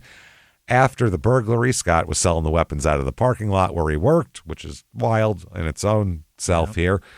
But they got an undercover agent to make the purchase, and when they got the purchase, they traced them all back to the gun store burglary, and there's Jason Thomas Scott. Fucked, and so is Marcus Hunter. So July of 2009, they search Jason Thomas Scott's house to see what else he's stolen and what he's got in there. What you got, JT? Stolen guns. Yeah. During this, they find 16 more stolen firearms. Oh, this fucking idiot. Along with what they described as a burglary kit. Oh, he had a whole kit. He had a whole Ted Bundy little kit here.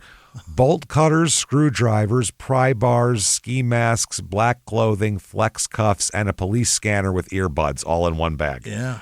That's a burglary kit. Ted Bundy's glove box. Exactly. Well, remember we said with Ted Bundy, all that shit, if you had that all in a house, if you had a 4-bedroom house and all that shit was in there scattered around in different places, not a big deal. When it's in one bag, very big deal. Huge deal at that point. Right. Becomes way different. They also found what they called a rape kit as well. Oh, no. With gloves, condoms, lighter fluid, and a camera in it. Lighter fluid. I don't like that. They also found night vision equipment, bulletproof vests that he had. He's a creep. Multiple cameras and recording devices of different sizes and all that kind of shit. External hard drives and flash drives containing hundreds of hours of surveillance footage of other people's homes. All of this. During one of the searches of his residence, they found a flash drive that contained photos of a naked, clearly underage female. Oh, no. With a pillowcase over her head. Yeah, he's going to jail already. Yes, this was from which connects, they believe, to a June 13th, 2009 Fort Washington incident in which a young woman and her mother returned home to find a man holding the young woman's younger sister at gunpoint. Oh, Jesus. They told the cops that this man ordered the older sister into a bedroom when she got home, forced her to take her clothes off, took nude photos of her, and sexually assaulted her as well. Boy. In one of the videos, Scott accidentally goes in front of the camera while wearing his whole deal, ski mask, dark clothing, and all that kind of shit. Oh, my God. Terrifying. Yeah, they get to see him dressed up to do whatever he's doing. Terrifying. I mean, they assume it's him because it's his flash drive and shit. Right. But then they find more videos, hours of video footage at his house that showed him engaging in some crazy shit. Let's check it out. He would sneak up through all the places, through these neighborhoods, pitch black, cover of night. He'd have a video camera, and he'd film people through their windows as they got dressed for work, went to bed, just moved around their houses. He just sat outside people's windows for long periods of time, filming everything they do like a fucking creep. Wow. Like a fucking creep. Wow. Now, Marcus there, the co-conspirator, he described Scott here as sensitive but crazy. Yeah. He said that Jason Scott enjoys stealing car keys from houses and returning later to steal the vehicles. Yeah. That sounds familiar. Yeah. They said he didn't keep the cars. He would abandon them in driveways of vacant houses. He just did it for the fun of it. Yeah. Just for funsies. That's all. That's it. Just parking it somewhere else is a joke. It's very fun. Yeah. He likes doing this shit. He's not gaining anything. He's not getting any money from it. He just likes to do it, to fuck around. It's fucking with people and making people psychotic. like a teenager would do, or like the Manson family would do. Sure. Go rearrange people's furniture and shit. The creepy crawlies. That's what he's doing. Right, he's creepy crawling. So this is weird. So he had all this hours of footage on these people in their own homes, which is fucking strange. Now, the ATF, when they find all this shit, they go, well, this has nothing to do with stolen guns. This is a whole separate thing that we have nothing to do with. So they then contact the local police and say, you might want to look into this because we got a whole bunch of weird shit. We got him on this shit. We'll hold him a while. You guys can develop whatever the fuck is going on with this. A while is not even close to saying it, too. He's in a lot of trouble. He is in a lot of trouble, as we'll talk about here. So that's when they start looking into it. They get this evidence, and they're like, holy shit, this guy was looking in people's houses. Let's see if any of our victims' houses are on here or any of that shit. Anyway, they offer him, this is the federal government offers him a proffer interview. Okay, what's that? Okay, a proffer interview is basically you make a deal ahead of time that whatever's said in this interview, they call it Queen for a Day, is what it's called. Oh. You come in, you tell me every fucking thing you did wrong, and there's limits as to what we'll charge you with of it, basically. Okay. Is how this is. We'll do like 20% on any charge you admit to right now. You've seen it on The Wire all the time. Yeah? They would try to bring guys in for a proffer all the time. Okay. It was Did they say try to proffer get them in the to tell. show? Yeah, it's a proffer interview. And they even say use Queen for a Day as multiple times. So, I missed the legalese of that shit. What the fuck am I doing? What am I watching? When I watch these? It's a passive experience for Jimmy watching TV. He's not real engaged. So this was a deal where Scott could confess to crimes with the promise that his statements wouldn't be used against him directly in court. They can't take a statement he makes here and then put that in front of a jury. That's part of the deal. Or use that as like a tool to investigate further to prosecute him harder? Yes, but normally when they do this, it's because they think they are going to roll this person into somebody bigger. That's why they're doing it. Oh, got it. We won't use this against you, but we can use it against the people you're telling on. Okay. Yeah, you're clearly a low-level dirtbag. Yeah. Who's your boss? That's why it's Queen for a Day, because it's like immunity for a day, basically. Yeah. Show us the Tony Danza. Yeah. While you're sitting here, you could tell us anything, and we can't fuck with you for it. Yeah. It's all fine. So, it's a meeting between criminal defendant and prosecutor, and with law enforcement there, they agree to provide cooperation about crimes. And like we said, usually you get reduced charges and sentence, and someone else who's bigger than you gets arrested. So they want him to provide information to the prosecution, even if it incriminates him, because he's going to get some leniency. Now, the agreement it's a written document. They write it all down. It's a official shit here. Yeah. Problem is, while the agreement offers protection against use of the statements, the prosecution can still use the information to pursue leads and gather additional evidence. So you have to be real careful what you say here. And then that shit, it's not like it's fruit of the poisonous tree. If that shit leads to more crimes, you're in trouble for those crimes, period. Yeah, we're giving you 20% on the gun theft. It's the rape that we're going to hit you hard on. Exactly. That's exactly what it is. So you're getting banged on the rape, pardon the pun. We're going to really stick it in and break it off on the rape. We are going to go right up your ass with that rape charge, let me tell you. So the idea was that Scott might lead them to other criminals involved in weapons trafficking or even organized crime if he sold, depending on who he sells it to. There's bigger fish out there to fry than some dickhead robbing a gun store. So they thought they were dealing with a mid-level arms dealer who might have some info for them. Yeah. He took the deal happily. Really? Jason Thomas Scott. Yeah.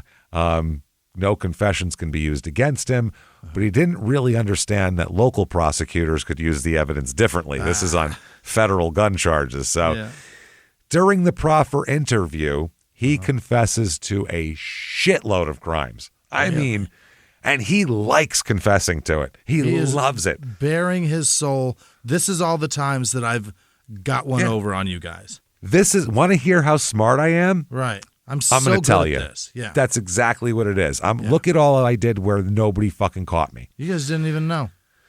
He confesses to 28 residential burglaries. Okay. 9 armed home invasion robberies. Home invasion. guns to people's fucking heads. Nine times. 9 times. Jesus. 9 times. So, the gun store burglary in Woodbine. Right. He also admits to the sexual assault of multiple home invasion victims.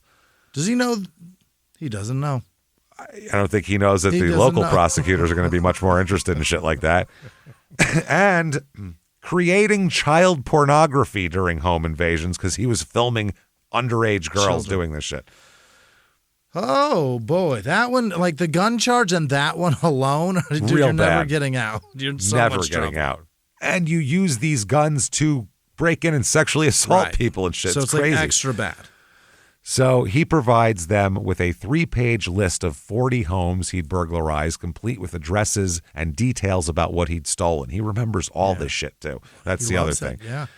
He loved it. He was like meticulously walking him through it because he was bragging. He loved this shit. This is a hobby. And like with most hobby, like think about your car. You know what I mean? Like that Corvette. Anytime anybody talks to you about it, you're like, you're so jacked to talk about it. Or you know what I mean? Listen to a story that they have about one that they wrote in. That's what this is. This is a 71 He's Corvette. so into it. But there's no rape, robbery, and child porn parking lot to go talk about it in. Nothing. No, there's no other comic to go talk about how shitty the whole process is. He doesn't have that like a comic does to go talk to another one. So they said that he also described how he broke into the the gun store. There's a train involved in it. That's why I said that. He broke into the train store. He broke into the train store. It's got all of them. He did it while a train was going by on tracks so they wouldn't hear anything. Yeah, that's old school. I mean, people used to shoot people under fucking overpasses when they do that. Thunderclaps and shit. Yep. So that would mask the sound of breaking glass and power tools. Wow. He understood that this would be, important for him. So he's very smart.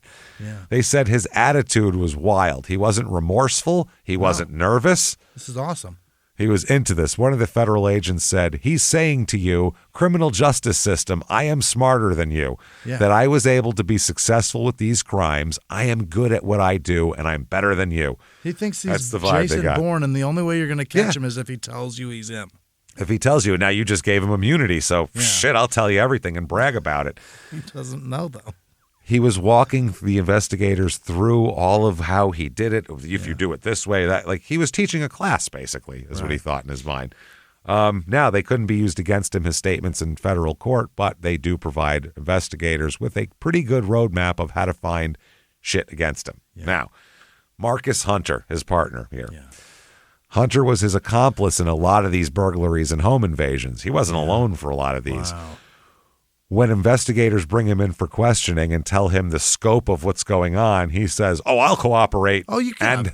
And how? Yeah. I will, whatever you want. Whatever he's getting. Keep your cheeseburger. I don't want any of that shit. I'm a vegan. Wow. So he began cooperating, and he... After a few minutes, if they talked about the guns, they talk about that. Then he brings up the spooky house. What is that? They go, what the fuck's the spooky house? Yeah. And he got all weird. And he's like, man, the spooky house, man. And they're like, what is that? What are you talking about? Yeah. And he said, it's an abandoned mansion in Upper Marlboro that we use as a staging area for crime. That they go to the spooky house and chit-chat about it and then get after it. And bring their spoils back there. This is his staging area. They were wondering if this criminal had a staging area. This is Black Pearl. Yep, they'd meet there, divide up stolen shit, plan future crimes. It's their clubhouse. It's their little clubhouse. Yeah.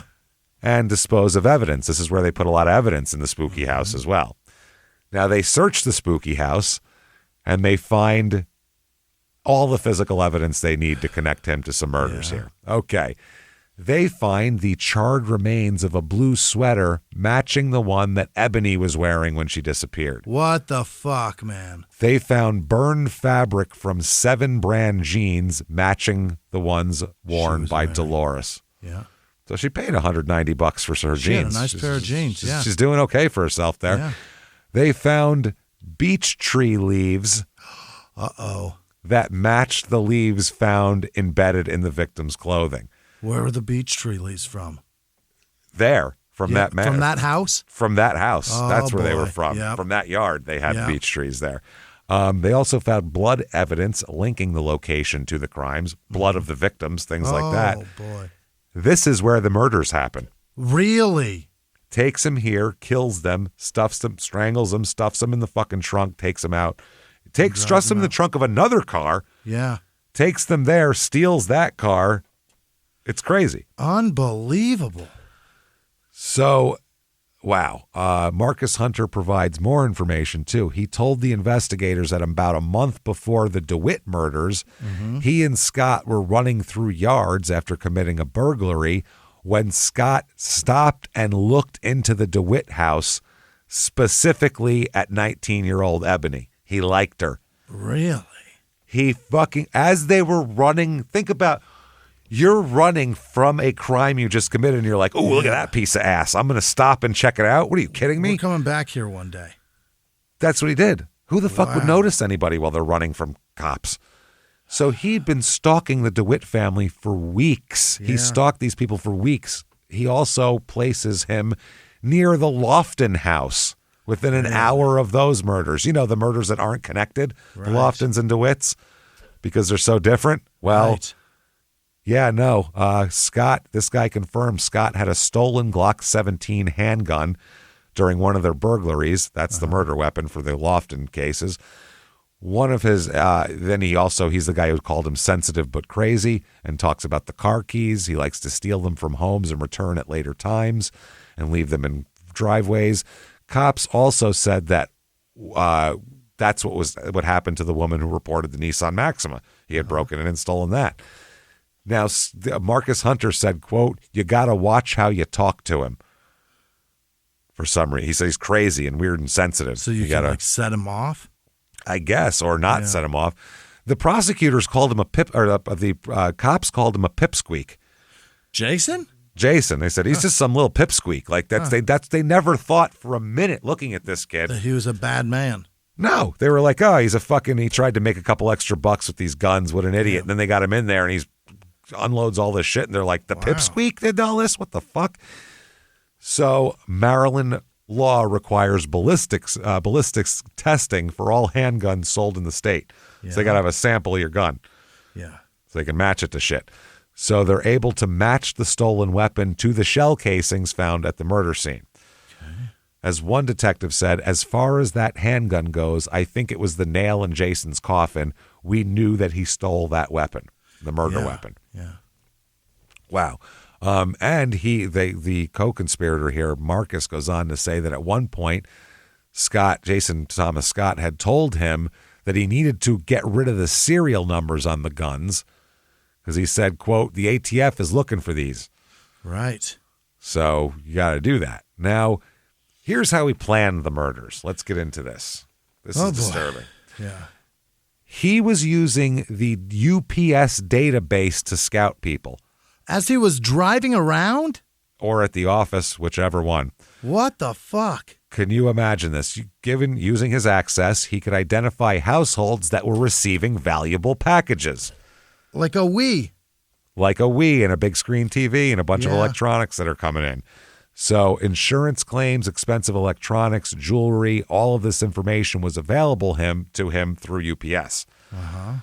So he is that's what he's doing at work, scouting targets to burglarize. His job is just there to give him a leg up on this, basically. Yeah.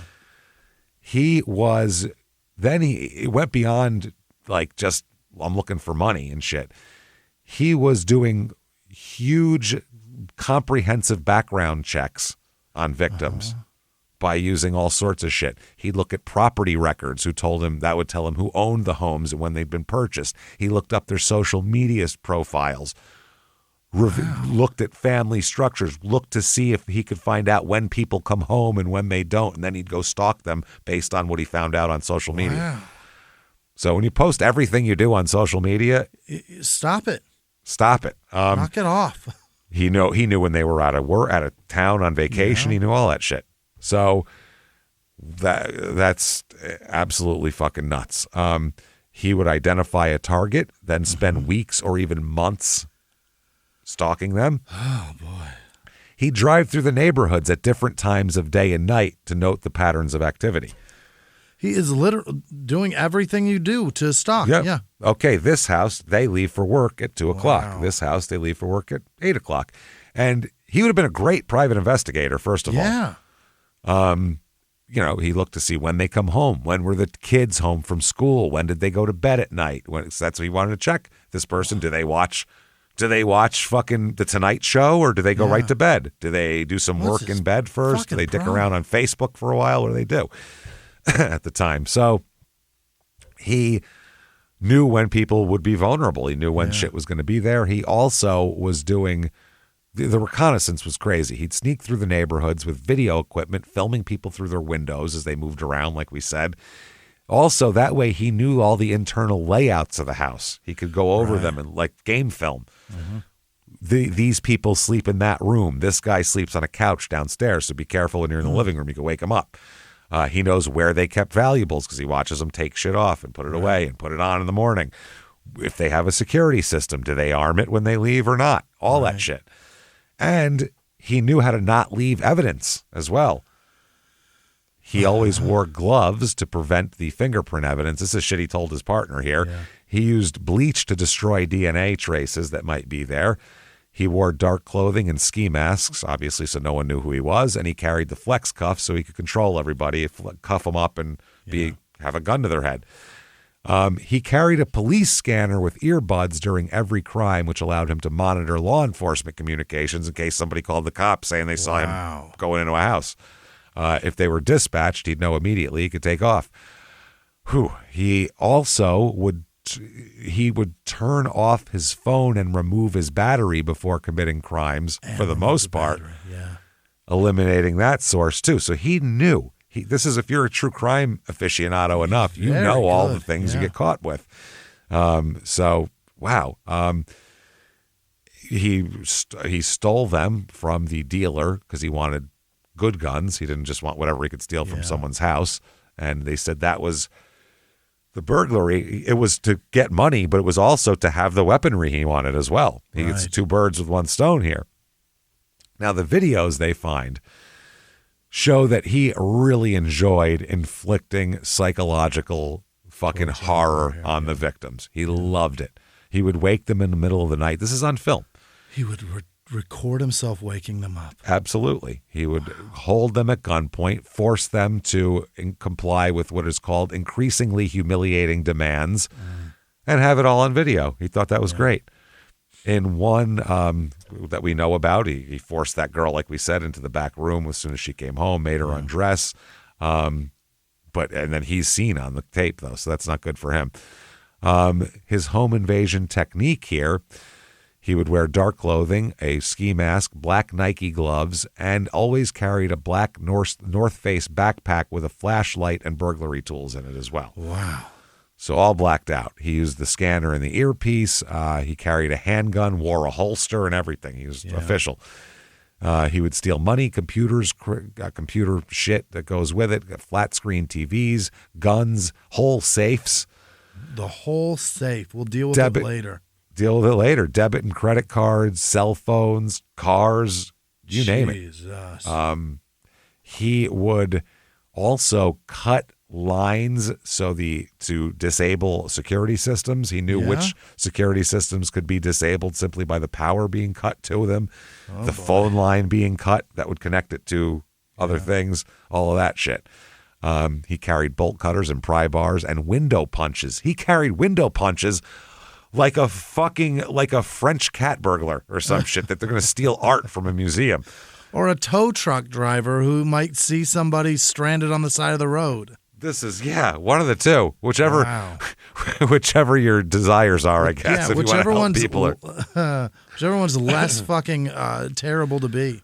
You want to help people or steal a Picasso. Either way, this is the way to do it. So that's fucking crazy. That way he could get in quickly, quietly, with nobody knowing the difference and could surprise people.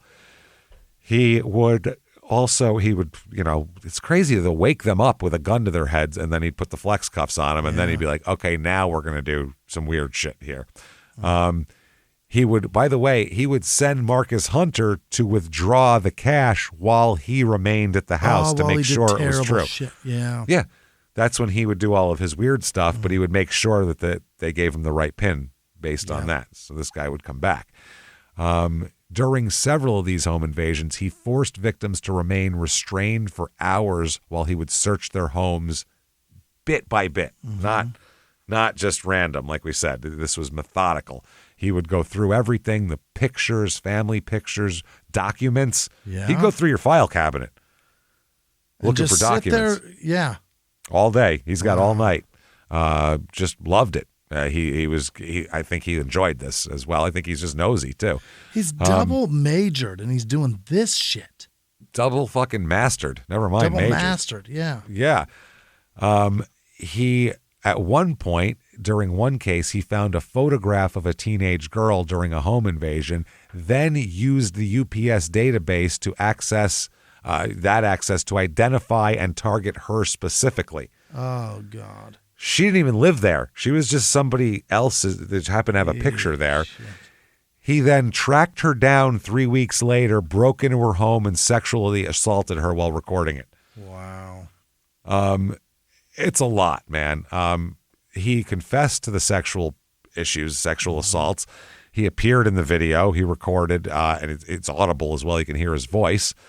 They discovered the images in question in his residence. The thumb drive containing the images also contained Scott's homework assignments for school.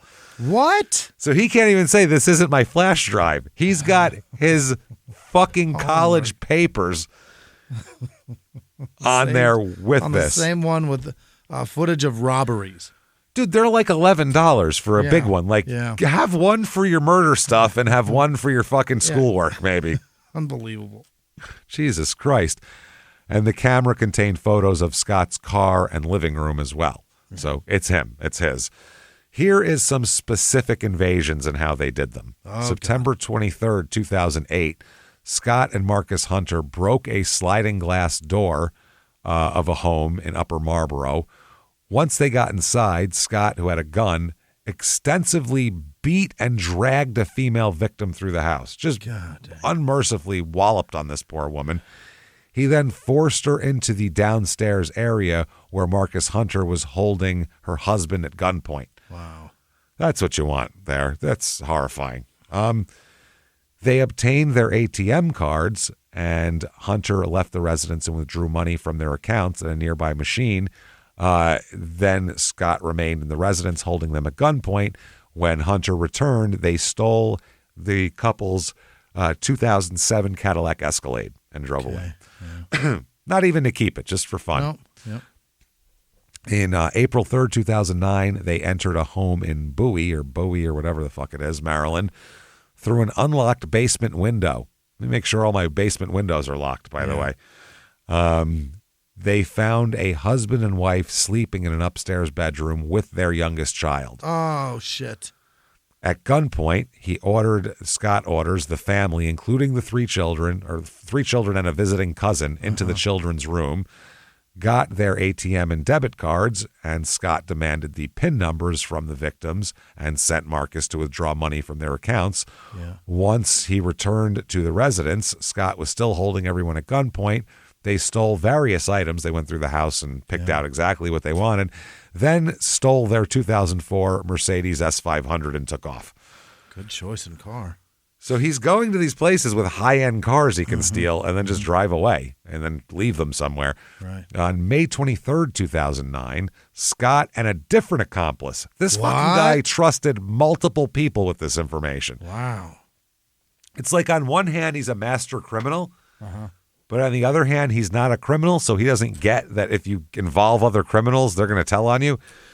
Yeah, but he doesn't get that yet. Yeah, they're not really good. He's clearly the fucking he's the lunatic. You do what you do what he says. He's going in and waking people up with their baby at gunpoint.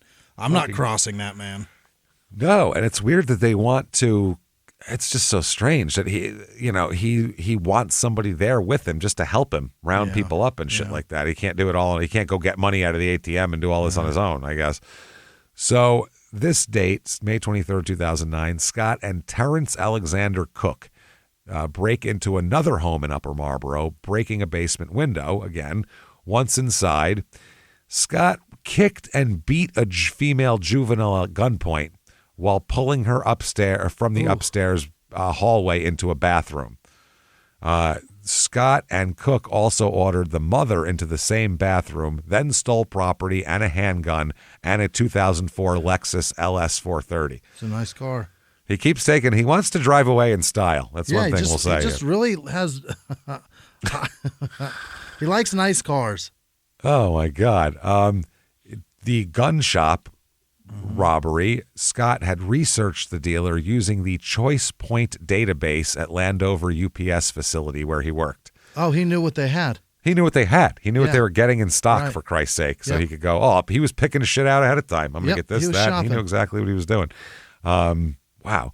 That's incredible. Now, he's like we said, we know he sold a bunch of the firearms. He also specifically targeted young lady that he went after was a 17-year-old. He broke into her home in Fort Washington on June 13th by throwing a cinder block through the rear patio door. That's a universal one. The least sophisticated way to break into a fucking place. But BTK did that once. Incredibly reliable. It works. It always works. Just about every time. Wow. Once he got in there, he held a 12-year-old girl at gunpoint, because a 12-year-old's very threatening. Yeah. You get a 12-year-old girl, you got to keep a gun on her because at any point she could, chop your throat. You know what I mean? You'll fall to the ground, and then she'll do some, ninja shit to you. Or the old Men in Black girls are. The 12-year-old at 2 a.m, she's up to no good. That's a bad girl, yeah. In her own home, she's up to no good. Held her at gunpoint while when the child's mother, 17-year-old sister, and 5-year-old brother arrived. Scott ordered them into a bedroom at gunpoint, then ordered the 17-year-old into a separate bedroom where he brandished the firearm, forced her to undress, and placed a pillowcase over her head, as we know what that one is. You know what the common thing that none of these homes have? A couple of them have them, but dogs. But also men and awake and alert men. Near the home invasions do.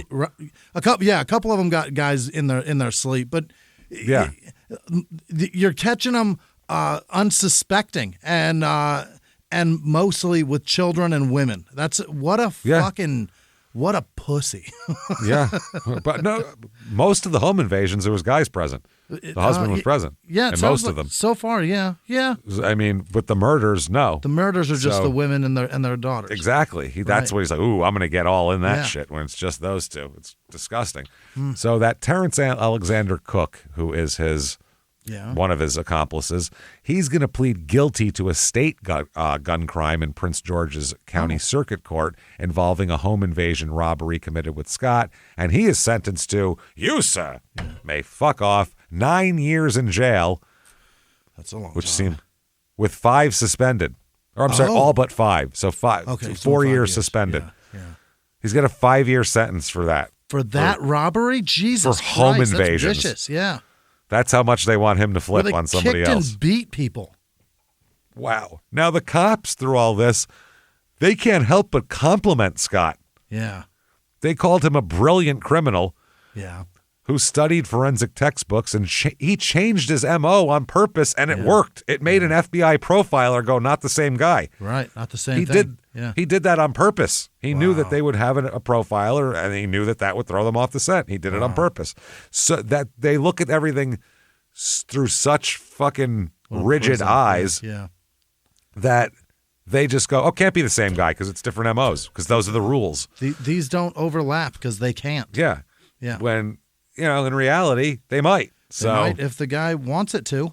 Yep, they're just so into what they've been told. So they haven't tried Hunter yet, huh? No. Okay. Right. He's gonna get a deal too. Okay. Same thing. He's gonna get because he completely flipped on him and told everything.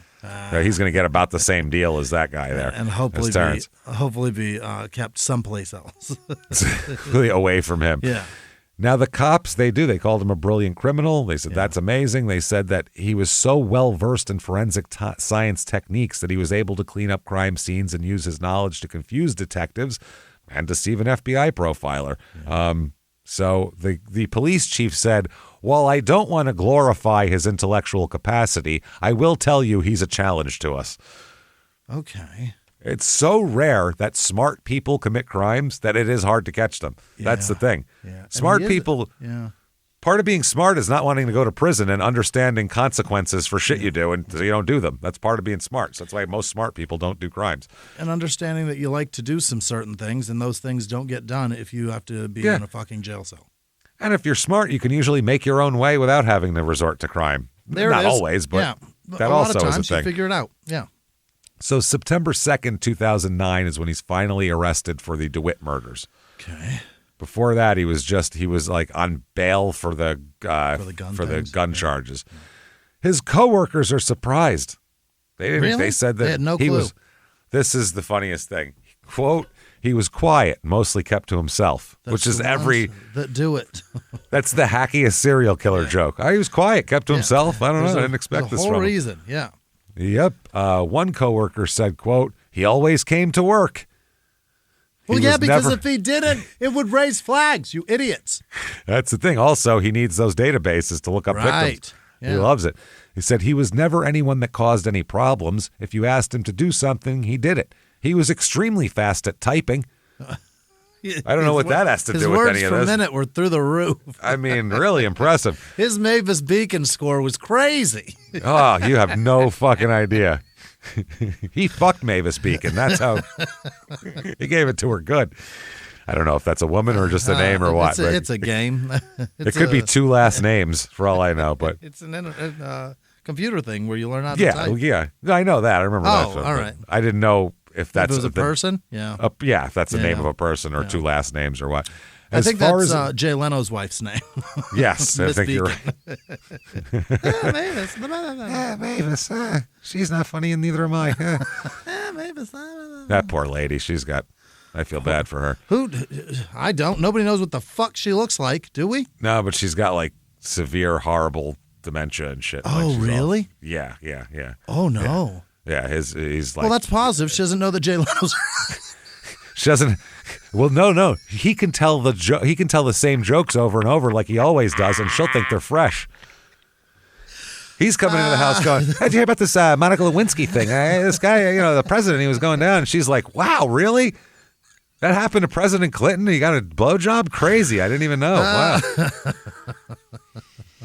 He's like, I could just repeat material from, late 90s I usually go to. Late 90s, that's my sweet spot. I showed her this great movie with me and Mr. Miyagi. That's pretty good.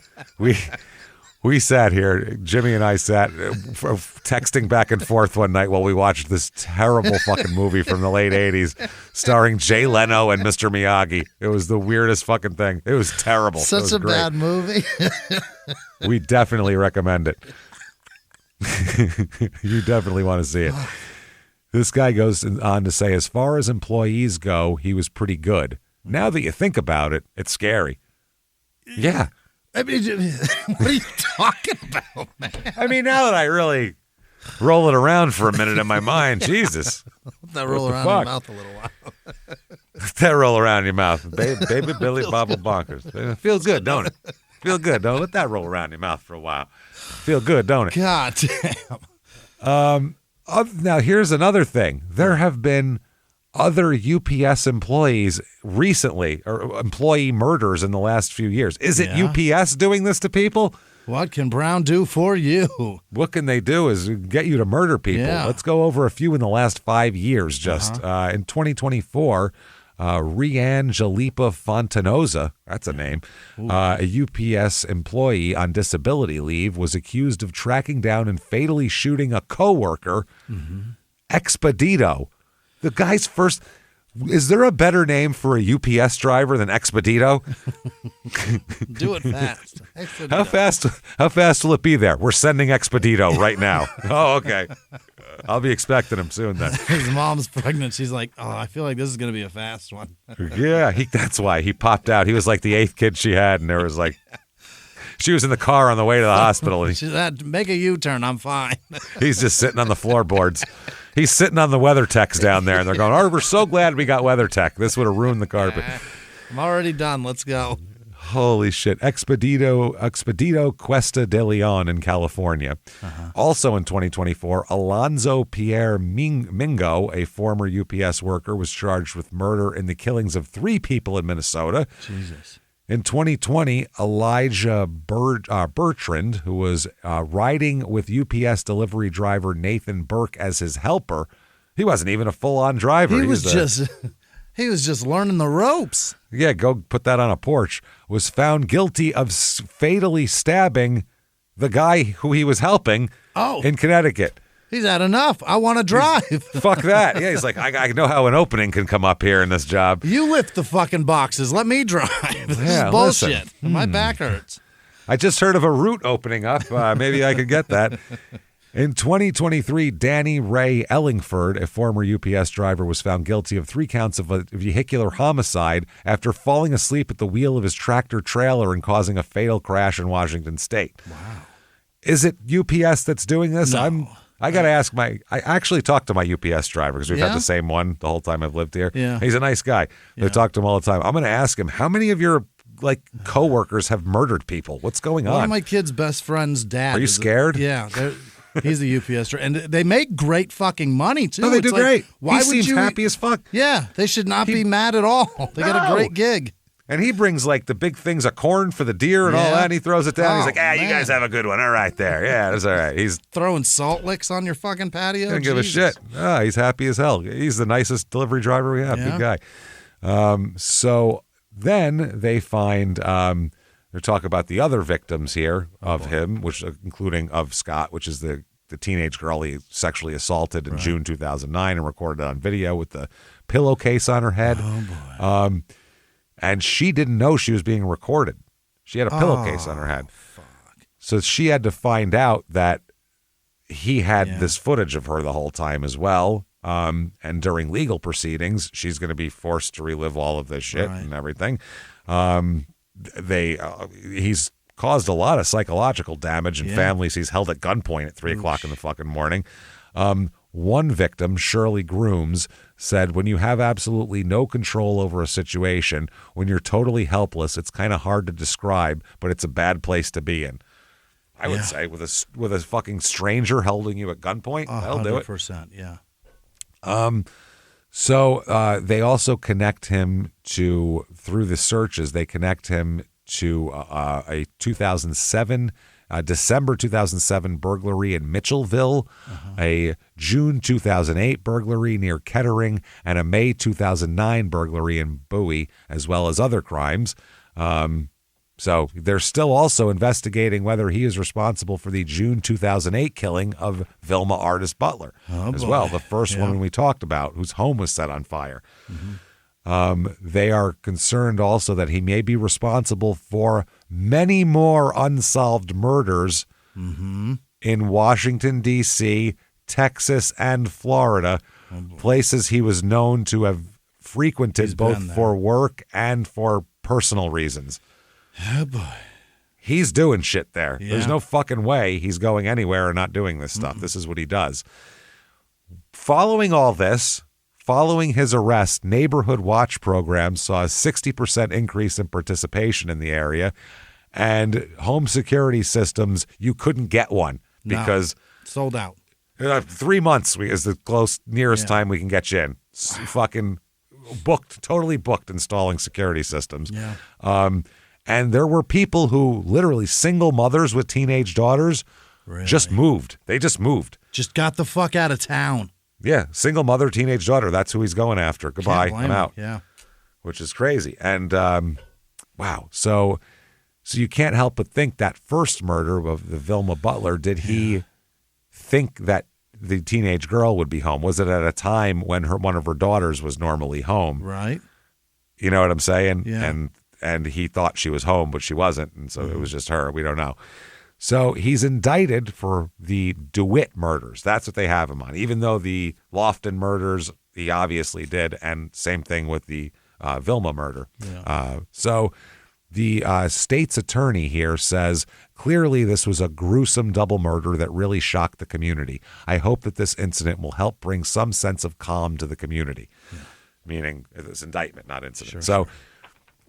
Yeah, and this was if you're going to try one, this is the nastiest one. You want to try this one because he kidnapped them, took them somewhere else, murdered them, put them in the trunk of a stolen car, set it on fire. It's diafucking-bolical to do that. Pretty fucked up, yeah. It shows what a arch fucking criminal this person is.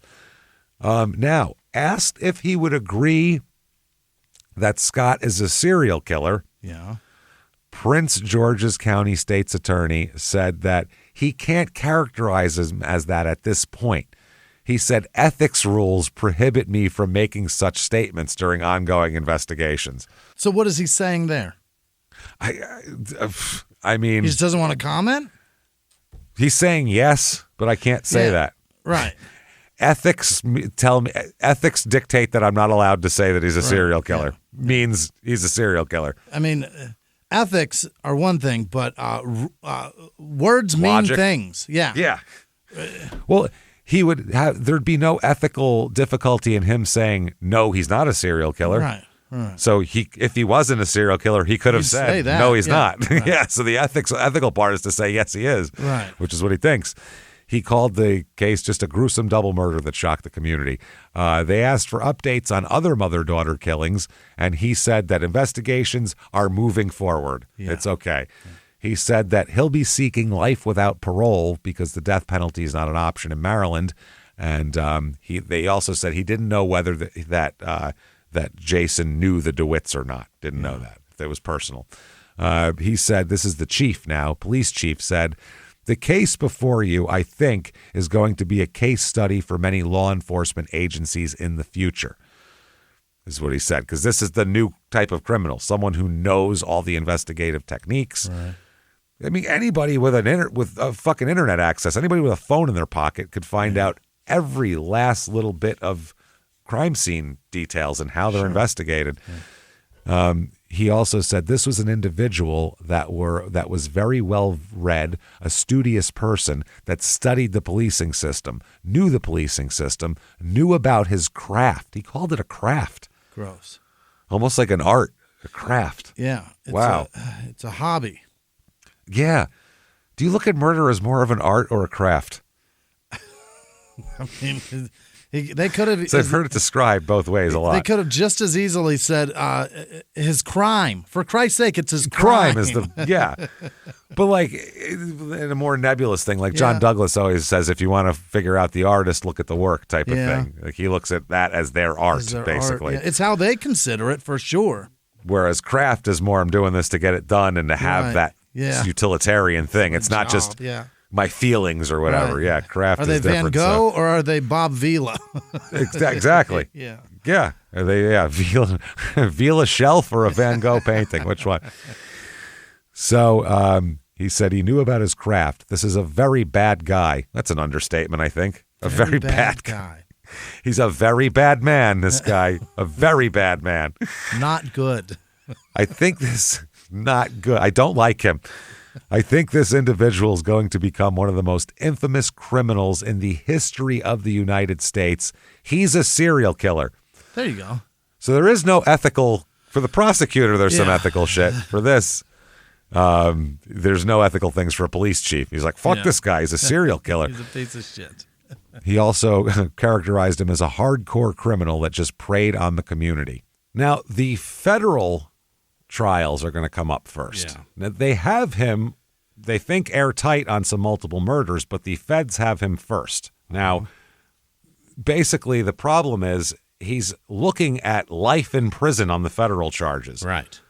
So state murder charges aren't really going to increase the punishment that much. So they're like, this is going to be a challenge. Number one, they're not going to get him to confess to anything or do anything because not like they can help him or give him any kind of deal on it or whatever. Yeah. So I mean, the bummer is that if he that's crazy too, because he's going to serve Fed time first there, obviously. Yeah. That's a fascinating bit that if you do get paroled for life in a federal, you're going to go do state time now? That's wild. Oh, yeah. That's wild. Now you got life in state, too, coming up probably. So July 2011 is the federal trial. Yeah. So time has passed here.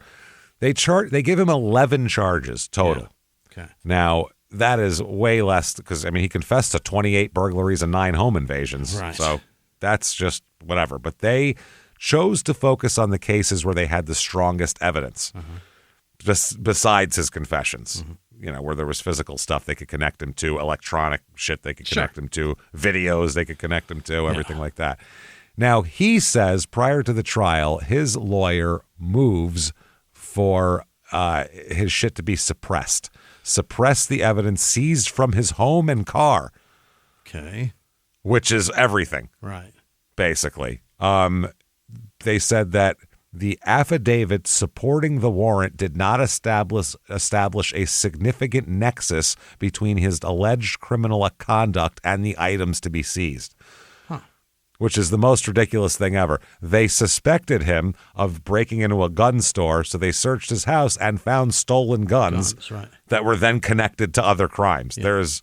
That's just, if you walk into a house, if someone's supposed to have stolen property, and you walk into a house, you have a warrant to search for stolen property, and they have 4 corpses in their living room, they're still allowed to charge you with fucking murder. They can't be like, oh, well, you were looking for the guns, so, the bodies don't count. They were right there. Yeah. So the court says, get the fuck out of here. I don't think so.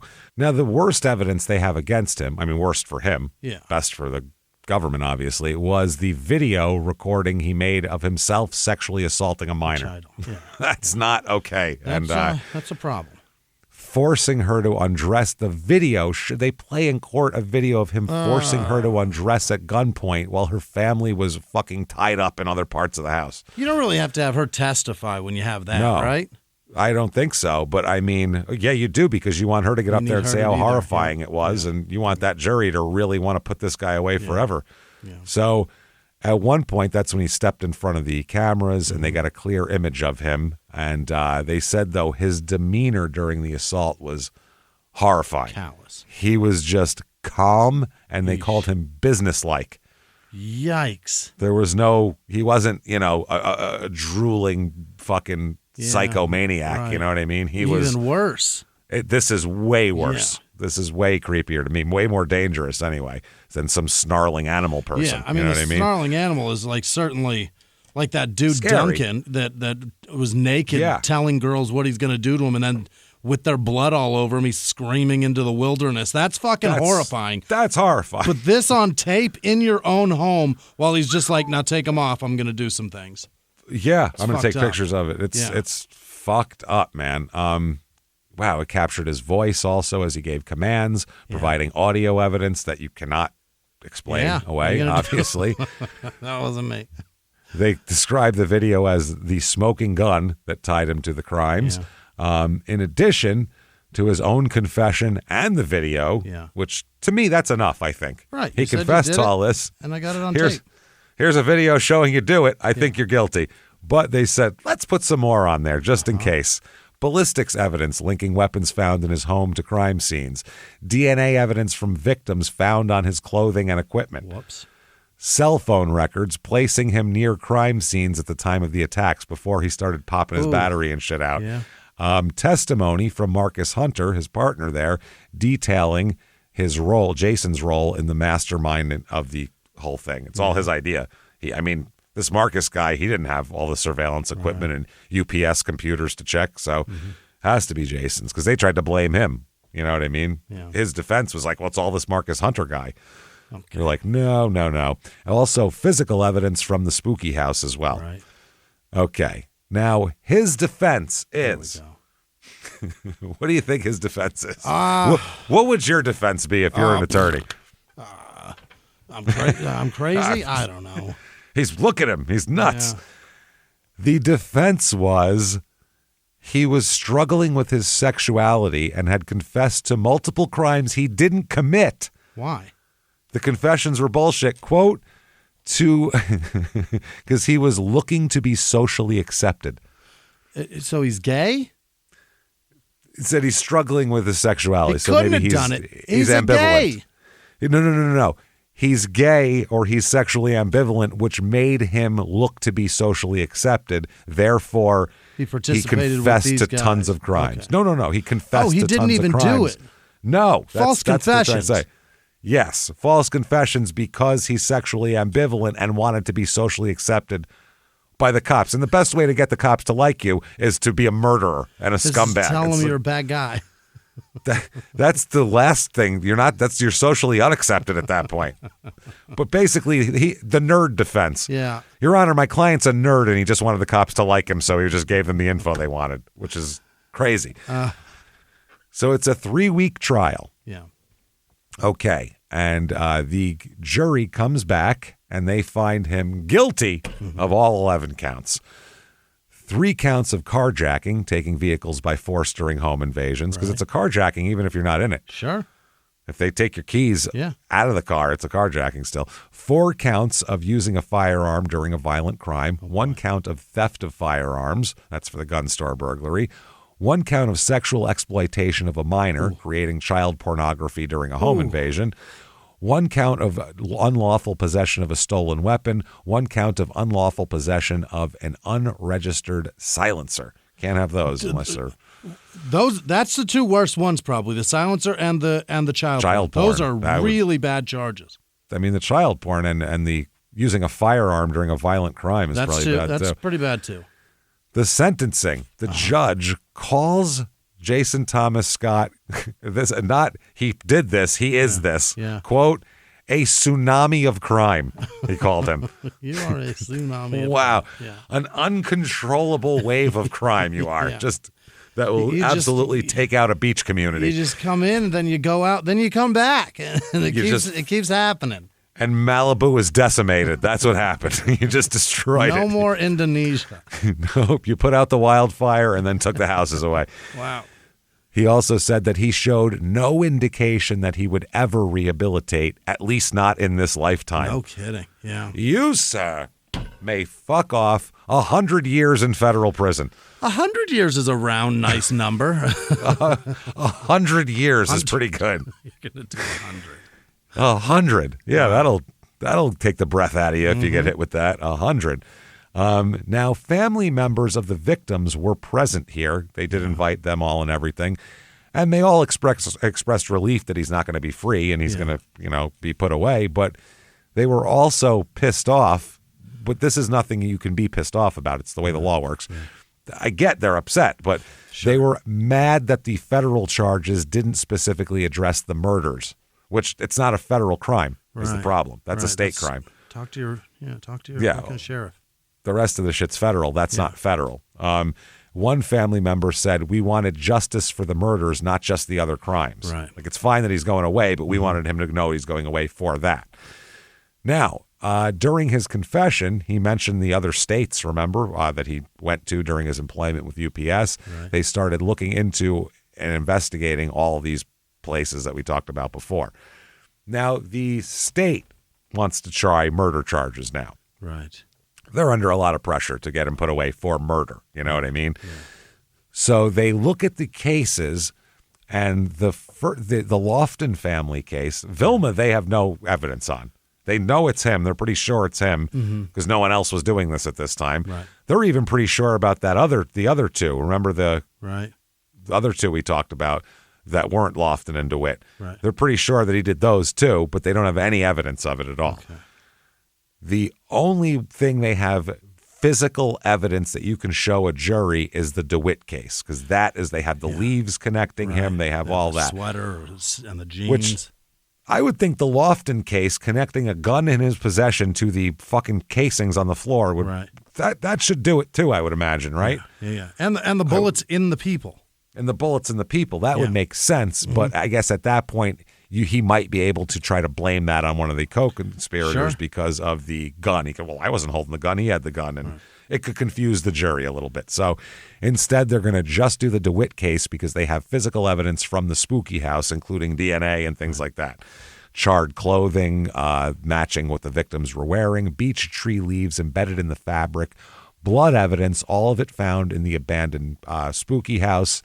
Marcus Hunter's testimony places Scott at the scene of the murders and described his behavior before and after the crimes. Cell phone records showed his phone in the area during the relevant time period. Yeah, it's a lot. So the defense team here, he's got a really good defense attorney. Yeah. I don't know if his parents provided this or what, but there's a guy named Harry Traynor is his defense attorney. He had been practicing law since 1979, so he's around for fucking over 30 years. was involved in a lot of high-profile cases. He was co-lead counsel in the defense of the first federal death penalty cases in Maryland and the Northern District of West Virginia, and has defended more than 28 death-eligible murder cases in Maryland state courts. Jesus. So he's the guy you want if you got this here. He was elected a fellow of the American College of Trial Lawyers since 2001, has an A rating from the from some fucking service that rates lawyers, and was selected to the best lawyers in America every year since 2006. Couldn't have a better guy for a murder case for you. Absolutely. Now, October 2012, just before the murder trial is scheduled to begin, Scott's attorney files a motion for a mental competency evaluation. Good move. Yeah. The motion claims that Scott was currently unable to effectively assist in his own defense and needed psychological evaluation to see if he was fit to stand trial. You got to throw some shit at the walls and see what sticks type of thing. Like, who knows? What else are you going to do? They have so much evidence on this case. It's pretty fucked. Now, while he's undergoing evaluation, we find out what the real reason for this was, which was just to kill some time before the trial without actually having to get a continuance, which were all used up at that point. His defense team started reaching out to the prosecutors about the possibility of a plea agreement. Oh. Yeah. That lawyer's a great lawyer, but he's not an idiot. He knows when he's cooked. You know what I mean? Like, he knows when his back's against the wall. Yeah, like, how the fuck do you defend this? You know what I mean? What do you do? So the prosecution is open to the idea. Really? Yeah, they said, well, he's already serving 100 years in federal prison, so he's not going to be released no matter what happens here. Right. A plea deal would spare the victims' families the trauma of having to do this whole shit in a lengthy trial with a good attorney who's really going to drag everything through the mud, and it's going to be painful for them. It's not going to be an open and shut thing. And in addition to that, it would guarantee a conviction without risking a jury trial. Yeah. Now, the victims' families here, they're not happy with a plea deal. No? They don't want it, which I mean, I get from one side, but then from a realistic side, though, you know what I mean? What do you want to sit there and go through all that for when he's already going? It's not like, he'll go free otherwise. That would be one thing, but doesn't make sense. But they want him to be held formally accountable, which a plea agreement would be that. It would be certainly, guilty that's the only way you're ever going to get him to say, I killed those people. Right. That's what I don't get. If you go through a whole trial and he loses, he's not going to admit to it because he's got appeals then after that. So right. And he wants to not have to do this time. Yeah, exactly. So I don't get. I would rather have the guy admit he did it in court and have him go away forever. To me, that's way better than having some kind of circus. But you don't think straight too. If you've got dead family members, and it's hard to, you're not thinking straight. You want blood. You want to kill somebody. Yeah. So he is found competent to stand trial in early 2013. But the plea negotiations are still going. Apparently, they break down because 2013, we're going to have a trial. Really? We are. We're having it. In the openings here, prosecution laid out their case against Scott. They said that he broke into the homes, searched for victims using the UPS database. They hinted at his meticulous track covering. Hinted at it, but not too much. In the DeWitt house, they said, we found examples of bleach stains, evidence of bleach stains. They said that hours before he allegedly killed these two, also, he broke into another home with a woman inside. As he was preparing to leave, he turned to the accomplice and said, let's take her with us. Oh, my God. And Hunter said, no, we're not taking her with us. And he said, oh, okay, cool. And then he took these two with him hours later. Oh, my God. He was doing this more than once a night, man. That's crazy. I don't even know what the fuck to say about that. After that encounter in March 2009, the prosecutors detail that the accomplice dropped Scott off near the home of Dolores, DeWitt, and Ebony. So he's saying, I dropped him off over there. And then they found the charred remains. They found the 7 brand jeans, the gray sweater that at the spooky house that they used to divide up the loot from the burglaries there. They said also they found the beech tree leaf, one beech tree leaf on Dolores's remains. That's what connected this whole thing. Wow. One leaf. They said no eyewitnesses would connect him to the slayings, but other evidence together, quote, forms a neon arrow pointing at the defendant. Mm-hmm. Like, it is obvious. Like, it is, fucking vacancy right here. Absolutely. Fucking go over there. Now, the defense acknowledges that his client committed break-ins. There's no denying that. That's what he does. He said, but he never admitted to killing anybody. And the prosecutor's evidence, because he's saying basically he sat down, gave this long, detailed confession, didn't talk about this, and he was giving stuff up. Right. So, he said that prosecutor's evidence connecting him to the DeWitt killings is largely circumstantial. Yeah. He also urged the jurors not to delve too deeply into the other crimes. Don't look too deep. Which just makes you want to look even deeper when someone tells you that. Hey, don't look into that. It's not important. It isn't? Let me decide.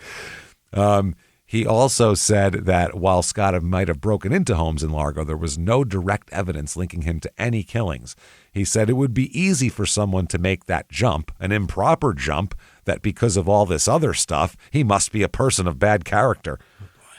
Yeah, I'd say he's a person of bad character if he held a child at gunpoint and fucking made her strip. Undress and did whatever else he did to her. Yeah, that is horrifying. Wow. The prosecutor said that Scott most likely took the spare key to the Nissan Maxima at an earlier break-in, then used her car to dispose of bodies. But the defense says no, saying that the key was the only item taken during the break-in, apparently removed from a kitchen drawer, and he said Scott would not have known where to find the key, and it was more likely taken by someone who the Maxima owner knew personally and was in their house and knew where the key was. Right. Not the fact that he methodically goes through homes and takes fucking pictures out of photo albums that he wants, never mind car keys in a drawer. So 3 weeks into the testimony, this is a long trial, things get fucked up. Oh? A detective testifying for the prosecution mentions that Scott was connected to, quote, several other crimes. Oh, you dick. Information the judge had specifically ruled inadmissible because it's prejudicial. The defense immediately moves for a mistrial, arguing that the jury had been irreparably tainted by hearing about his other activities. The judge agrees and declares a mistrial. Okay. Now, the victims' families were like, we just sat here for 3 weeks hearing all these murder details. Right. This is crazy. So now, when they have a plea deal in the works, the family says, go ahead and fucking do it. Go ahead. Just, I think, and this makes sense too, to me personally, I think they went to the trial expecting something out of it, to feel a certain way, and just felt dissatisfaction. Right. Like this isn't what we wanted at all. We wanted him to just be excoriated the whole time. He's got like an attorney saying he's not guilty. That's frustrating if you know the guy did it. That's got to be frustrating for, the victim's family. So rather than put them through another trial with the risk of another mistrial or another acquittal, because again, it's a fucking minefield of shit not allowed to say, and if this one says it, it's a lot. So they decide to offer him a comprehensive plea agreement that would resolve all the outstanding murder charges at once. The deal is structured as an Alford plea, though. Oh. Which means you're not really pleading guilty. See, that would be dissatisfying. Yeah. Right. But it acknowledges prosecutors have the sufficient evidence to convict him. This allowed him to maintain his innocence while accepting criminal responsibility. That would be frustrating. Yeah. See, like the Koberger situation, I could see the families being mad if that was the deal, where he didn't have to say he did it. Right. Where he still says, I didn't do it, but I'm accepting criminal responsibility. He had to say, they had to go through, did you go through and stab this girl and do all that? He had to say, yes, I did. Oh, boy. That's over. This guy didn't have to do that. Yeah. So under the terms of the plea agreement, he would plead guilty to the murders, just the DeWitt murders now. Oh. Not the others. And he would receive an 85-year state sentence. Okay. Prosecutors would drop the charges of the murders of Karen and Carissa Loftton. Prosecutors would drop the charges in the murder of Velma Butler. And the state would Scott would waive all rights to appeal his conviction as well. That's a big one. Yeah. No appeals. Scott would be required to serve 80% of his state sentence in addition to 85% of his federal sentence. So basically 85 years and 75 years he's got to do. He's got to do about 160 years before he's going to get out. Have a chance of parole. Okay. So he's got to do the fed time first and then start that other Yeah. Okay. And if he survived 85 years in federal custody, being a 30-year-old, which is unlikely, probably not. Then he gets to go there. Now, sentencing, the judge says, quote, I can't imagine or understand the cruel and cold-blooded nature of Mr. Scott's acts. You, sir, may fuck off. Like I said, 85 years to be served consecutively with the federal sentence. He's dying in prison, period. Yeah. The state's attorney defended the plea agreement, saying it provided closure for the families while ensuring that he's never going to threaten anybody ever again. Yeah. He said, we have removed, we believe, a ruthless killer from the streets. They got a serial killer put away. Great. Yeah. Good deal. The families sort of concur. Dolores DeWitt's family said they were relieved that the case was finally over and that he's never going to be free. They said this is 2013. It's been years. Yeah. 4 years of this shit. Multiple delays, a mistrial, and the plea agreement means they can finally put this behind them. Yeah, and families of Karen and Carissa Loftton and Vilma Butler, though, felt betrayed that their murders weren't involved in that too. Okay, yeah, I can see it. They said they were pissed. They'd waited more than 4 years only to be told that they're never going to be prosecuted. And they said, does this mean you'll prosecute them if you find more evidence? And they said, no, this is it. Mm-hmm. It's done. So Kirk Loftton Sr. said, we never had our day in court. He was going to spend the rest of his life in jail anyway, so I guess they assumed why spend money to satisfy the family. And that's really what it is. It's the state versus, meaning the entire state, not your family. Okay. And they do what's best for the whole state. Right, what's good and for everybody. He's put away forever and we're going to save millions of dollars, that's best terrific. Thing for the state. Yeah. You don't feel great about it, but that's not really what not what the justice system is about. It's called laws and shit. Well, it's for everybody, not just for victims. It's not a personal vendetta force. Right. Yeah, it's not. It's for the state. So, but I mean, it's totally understandable why he would feel that way, obviously. Now, Keon, who'd been a suspect in the fucking murders. Poor bastard. This poor bastard, he says he's really pissed off. He says, there's still a very empty void in myself and my family's hearts because we don't know. We didn't get that satisfaction that the DeWitts got of a trial and a killer that admitted and he was found guilty of their crime. We didn't get that. Well, they didn't get that either. Mm-hmm. He didn't admit it and he wasn't found guilty. It's an Alford plea. So he just said they had evidence.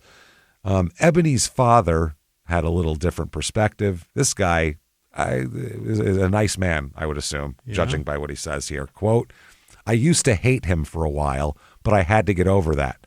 At first I thought I used to want him dead. I pray to God that while he's locked up, every time he closes his eyes, he sees them as he left them. Now I just feel like, no, what he's got is the best thing for him. I don't want to give him any real estate in my mental space, so he's where he needs to be. Yeah. Healthy. Yeah. Healthy. He did some therapy, that guy, is what that is. So he can appeal federally, and he does. Oh? He's allowed to appeal federally because there's no deal there. What's he going to do? 3 points of error here that he points out. One, that the court erred in denying his motion to suppress evidence seized pursuant to the supplemental search warrant. The whole thing he was trying to get done pretrial. Yeah. They said that the affidavit supporting the warrant that authorizes the search or seizure must provide the magistrate with a substantial basis for determining the existence of probable cause in light of the totality of circumstances. Yeah. To establish probable cause, the facts presented to the magistrate need only to warrant a man of reasonable caution to believe that the evidence of a crime will be found. The standard requires that the supporting affidavit make it clear to a responsible person that there is some nexus between the items to be seized and the criminal activity being investigated. He contends the affidavit accompanying this didn't do that. Specifically, that there is insufficient connection between the crimes listed in the affidavit, possession and sale of stolen firearms, and possession of firearms and all of that, with the other shit, clothing which can be used to commit burglaries, certain electronic devices, burglary tools, scanners, financial documents related to acquiring and disposing of proceeds from burglaries. Anyway, they say that's basically horseshit. They said a federal firearms licensee named J.C. Arms was burglarized. Many of the firearms were stolen from that location. The affidavit notes the agents who secured the residence and car saw various burglary tools in plain view when they executed the search warrant. So there's that. Also that this... And also the Supreme Court held that that the officers may draw inferences based on their own experience in deciding whether probable cause exists. There has to be some leeway for a human being to make a human decision, basically. Also, number two, that the court abused its discretion in allowing somebody to testify, one of the agents, to the county police sergeant, Stauffer, to testify as an expert regarding the relation of certain tools in Scott's possession to burglary. So basically, he testified as a burglary expert, and they're saying that he shouldn't have been an expert. Okay, he's not an expert. Yeah, he testified saying that about the bolt cutter, screwdrivers, pry bar, black cap, black gloves, ski mask, hammer, binoculars, flashlight, and window punch, saying that these are burglary tools. I've done burglary a long time. And they said he shouldn't have been admitted as an expert, which is completely up to the judge, by the way. There's no standard of expertise. So they found out that he's worked on the force for 15 years, investigated and supervised the investigation of more than 2,000 burglaries, and made more than 100 arrests involving burglaries, attended 2 schools where he received training in identifying burglary tools. He's their burglary guy. He's the guy. And also, number 3, that the court should have declared a mistrial due to the government's discovery violation. So that's tied to point 1 of this. Okay. Now, they say, keep on keeping on, fuckbag. Go. Stick around. Yeah, eat shit. How about that? Now, this has had some serious impact on these families, as you can imagine. Sure. Courtney feels horrible. Yeah. She came home to find them gone. Yeah. And she said, my family was everything to me. My mom, my dad, my sister. I didn't have a worry in the world. And Kirk Sr., Carissa's father, said that Jason Scott, we feel like he wasn't just responsible for 2 murders. He's responsible for 3 because my family and my son Kirk Jr. never recovered. Right. Speaking of Kirk Jr., 2019, Kirk Jr., he was struggling with depression and alcoholism for years after the murders. Kirk. He ended up at 28 years old dying in a hotel room from alcohol poisoning. Wow. Drank himself to death in a fucking hotel room. At 28. You got to really try to do that, man. 28? That's suicide. You got to live like fucking Janis Joplin and Amy Winehouse. Elvis. You got to be jamming yourself full of all kinds of shit. That poor kid. Kirk Sr. said he died from alcohol. Jason Scott definitely played a part in it. Jason Scott, he's responsible for 3 murders, he said. There's that. He said he went through a very dark period. He was drinking, very depressed and everything for years. Yeah. Craig McDonald here, Ebony's father, said that he has nightmares that never go away. Right. He said, I have nightmares. Some nights I wake up in the middle of the night crying. Some nights it's like it just happened. He said, though, I try to help somebody every day in the name of my daughter. So he volunteers with young people as a way of honoring Ebony's memory. He sounds like a real nice guy. That was the guy that said, I hated Jason at first, but now I'm like, you know what? What the fuck, man? I'm not going to let this bother me. Yep, he does an annual remembrance where people around the country wear green, because that was Karen and Carissa's favorite color, and pray for them. He also launched a clothing line called Butterfly Kisses in memory of Carissa, who wanted to be a fashion designer overall. Now, this case has become a teaching tool for criminal justice programs all over the place. Yeah, and law enforcement, too. And for UPS. And for UPS to stay off the computers. Now, because this is one of these things where you can't take the differing MOs as concrete evidence type of thing. Right. Like everything you've heard before, it's evolved, essentially. The public is well aware of how you do what you do, and really bad guys are going to try to combat what you do. Absolutely. Police departments now receive training on recognizing patterns in seemingly unrelated crimes, especially when those crimes show evidence of planning and technological sophistication. They said that his case has contributed to research on what experts call organized offenders, criminals who use intelligence, planning, and technological sophistication. His case is frequently cited in academic literature about the evolution of the behavior in the criminal age. That's one of the things they said, too. It wasn't just the different MOs. It was organized and disorganized. Yeah. He said this killer organized, that killer disorganized. These are two different killers because they're not only is their MO different, their one's whole sloppy thing and one's is different. Not. Yeah. So the case demonstrated the importance of interagency cooperation and information sharing, and federal agencies have updated their procedures for handling cases where suspects have access to computer databases through their employment as well. He is in Tucson in federal prison. Is that right? Absolutely. Go down and visit him. It just says Tucson federal prison, so I'm not sure. No, Florence is state. Yeah. Isn't Florence a state prison too? I think it is. They indicate that he's been a model prisoner. Of course he has. Because he's a nerd. Yeah. The only things he ever did wrong was all of this crime shit. Everything else, he doesn't want anybody to know what a bad guy he is. UPS loved him. He loved him. He's a quiet, compliant, and causes no disciplinary problems. Because he's a pussy. Yeah. Also. Yeah. It's the other thing. He's probably just avoiding getting stabbed. Right. His earliest possible release date is hilarious because he'd be like over 100 on the federal stuff, and he's got to serve 85% on that and 80% for the Maryland thing. He's fucked.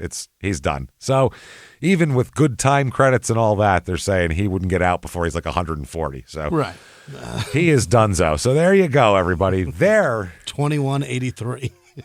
Yeah, Jesus Christ. There is Largo, Maryland. And there is some wild fucking case of a serial killer. Who's never that? Why is that not? You know what I mean? He should be everywhere. It was so recent. Like the cop said, he's going to be one of the most famous serial killers. You ever heard of him? Never heard of him. Did this almost 20 years ago.